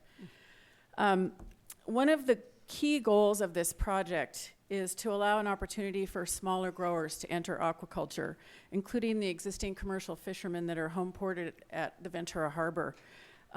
This will support our working waterfront at the harbor, as our squid fishery is in decline locally due to climate change. What we're trying to do is basically, you can call it programmatic, you can call it an umbrella permit, whatever spin you want to put on it that makes it work. But the idea is that we take advantage of economies of scale with this project in permitting, in monitoring, and in branding the product so that we can allow these smaller operators to participate. There seems to be an issue in this approach, in part relating to Fish and Game Code section 15412, which relates to assignment of water bottom leases, and some discomfort at the staff level about how to approach this situation where we have one entity obtaining the leases, yet many other entities actually farming them. Our original plan was for the Ventura Port District to obtain the bottom leases and sublease to the individual growers. We're not certain at this point that is a feasible approach. We're flexible, and that's probably the main reason you haven't already heard a lot about our project, is we're waiting to figure out what structure the Ventura Shellfish Enterprise has to take in order for this plan to work. And then we'll, I think, be more ready to be more public about our plans. So any kind of resources that can flow towards the Fish and Game Commission and the California Department of Fish and Wildlife aquaculture efforts to assist us in moving this project forward would be greatly appreciated. We feel like it's a really important and innovative project in a lot of ways, also explained in the fact sheet. You have The about 30 seconds. Oh my gosh. Yeah. Well, the second issue I wanted to address was how long it takes to get your certification of your shellfish growing area, especially because California Department of Public Health won't even look at it until after you have all your other permits. That's a 1-year delay. You get your permits, you're so excited, you're ready to go, but wait. California Department of Public Health still has to come up with a sampling plan, conduct a sanitary survey, prepare a report. There's a 1-year minimum, they say, of sampling in order to even get to the point of them certifying your growing area. You talked about how time is money, Congressman. You're absolutely 100% right. And having this kind of delay before your project can move forward makes it financially infeasible. We'd like to be able to do that work in parallel with our CEQA documentation and our permitting processing. I'd be happy to answer any questions you have. Good luck. We're optimists. Yeah, I appreciate that. And before you leave today, I want to make sure that we grab your card. So we'll definitely follow. So I appreciate that. Chuck, welcome back. Chuck Capato again. Thank you so much. Bodega Bay. I find the idea of aquaculture exciting. I think it is definitely something that we need to pay attention to in the future. But I'm also concerned about the offshore aspect of that. Okay, number one, there's too many unanswered questions. This could leave us a legacy that we could never erase, number one. Number two, I'm also concerned that the fact that one government agency who is responsible for regulating commercial fishing is also involved in the promotion and the management of offshore aquaculture. I think this is something that we have to get right in order to preserve the legacy of fish for the future. And just because, capture is flat, I think we need to take a look at that and see what we can do to increase that productivity from them. Thank you very much. Thank you, and thank you for all of your work, your entire career, sir. So good to see you. And you got a crab feed coming up. Absolutely. Hey, there we go. Would like to be able to see if we have anyone else that would like to be able to offer your comments, your suggestions, your criticisms. We welcome you to please come to the mic. All right, we're going to close public comment, bring it back to the committee, and turn it over to the congressman for closing comment. Well, thank you, Senator McGuire. It's very gracious of you to make room at the table for a federal interloper, but I think it reflects your understanding that we're all in this together. We're all representing the same folks trying to move forward together, and it has to be together because how many times just in this afternoon's discussion did we hear about the different agencies, both state and federal, that are involved in almost every aspect of these issues. So it's great that you included me. I learned a lot from the discussion. I've got a few pieces of homework that I'm looking forward to getting to work on my end of things, and want to thank you and Tom Wesselo for, again, just showing a lot of leadership in keeping this important committee active and on task and adding the value to this important subject area that it deserves. So thank you. Thank you so much, Congressman. And want to just take a moment. It is wonderful to be able to work with an individual who is so focused not just on the environment, but making sure that wild fisheries are here to stay and thrive in the years to come. And for the congressman, it's personal to him. And he brings that to his job, and we're grateful that you are here and for your ongoing partnership now into the years to come. I want to also say thank you so much for all of you for being with us today. I want to say thank you, especially since many of you had quite a trek, whether it's from Southern California or the North Coast, to be able to come meet with us here in Bodega Bay. We are so grateful that you did and do appreciate the conversation today. I want to say another thank you to the Bodega Bay Marine Lab for being able to open up this beautiful facility to all of us, and we look forward to being able to come back and hosting additional hearings. A couple other thank yous, again, to Mr. Wesselo, how grateful we are for all of his work. I want to say thank you to Carlene Rebich from our office as well, who is always the master of putting everything together behind the scenes. Carlene, thank you so much for all of your work as well. And we'll just end it with this. I want to say how much I appreciate all of you on behalf of the aquaculture industries, whether it's finfish, shellfish, inland, to be able to have this important conversation. And one of the items where I think that we need to work together in the months to come is talking about the importance of domestic production. The vast majority of our seafood supply are coming from foreign sources. We know that's challenging for 3 reasons. Number one, labor standards aren't nearly as great as they are here in the United States. Number 2, environmental standards are not nearly as robust. Number 3, health and safety issues relating to that crop that is coming in from different countries. We need to focus on it. But as what many had said, including the congressman, is we need to do it right. I think that we have a great example of oyster farmers in this state who have been doing it right for many years. And when it comes to fin fish, we need to have that same focus. And I think that is what we're committed to, is continuing that conversation, but also understanding that we do not want to repeat the mistakes that have happened in some other countries and the challenges that they've faced with that overpopulation. That said, understanding the consumption habits are going to continue to go up with seafood in this country, we need to be able to grow our own. We need to focus on branding our own as well. And I think the other piece is all of us working together on the marketing of that. And it's something that we talked about when it came to this crab disaster that we faced. It is time that our crabbers and our shellfish farmers come together, and I know there's challenges with this. Talk about the importance of California grown. And it's going to be, when it comes to consumer demand and wanting locally fresh grown product, to be able to market that, it is a no-brainer for all of us in this room. And by the way, it helps our North Coast economy. So I think that we would love to be able to work with you on that, and I know the Assemblyman would as well. So without further ado, thank you again for coming together. We'll be following up when it comes to having another hearing on aquaculture next year, if that would work for all of you, about following up. And I think our next one would need to be looking at potentially permitting and regulations, et cetera, and what that looks like. So again, thank you so much. This hearing is adjourned. Safe travels home, and do appreciate all your hard work.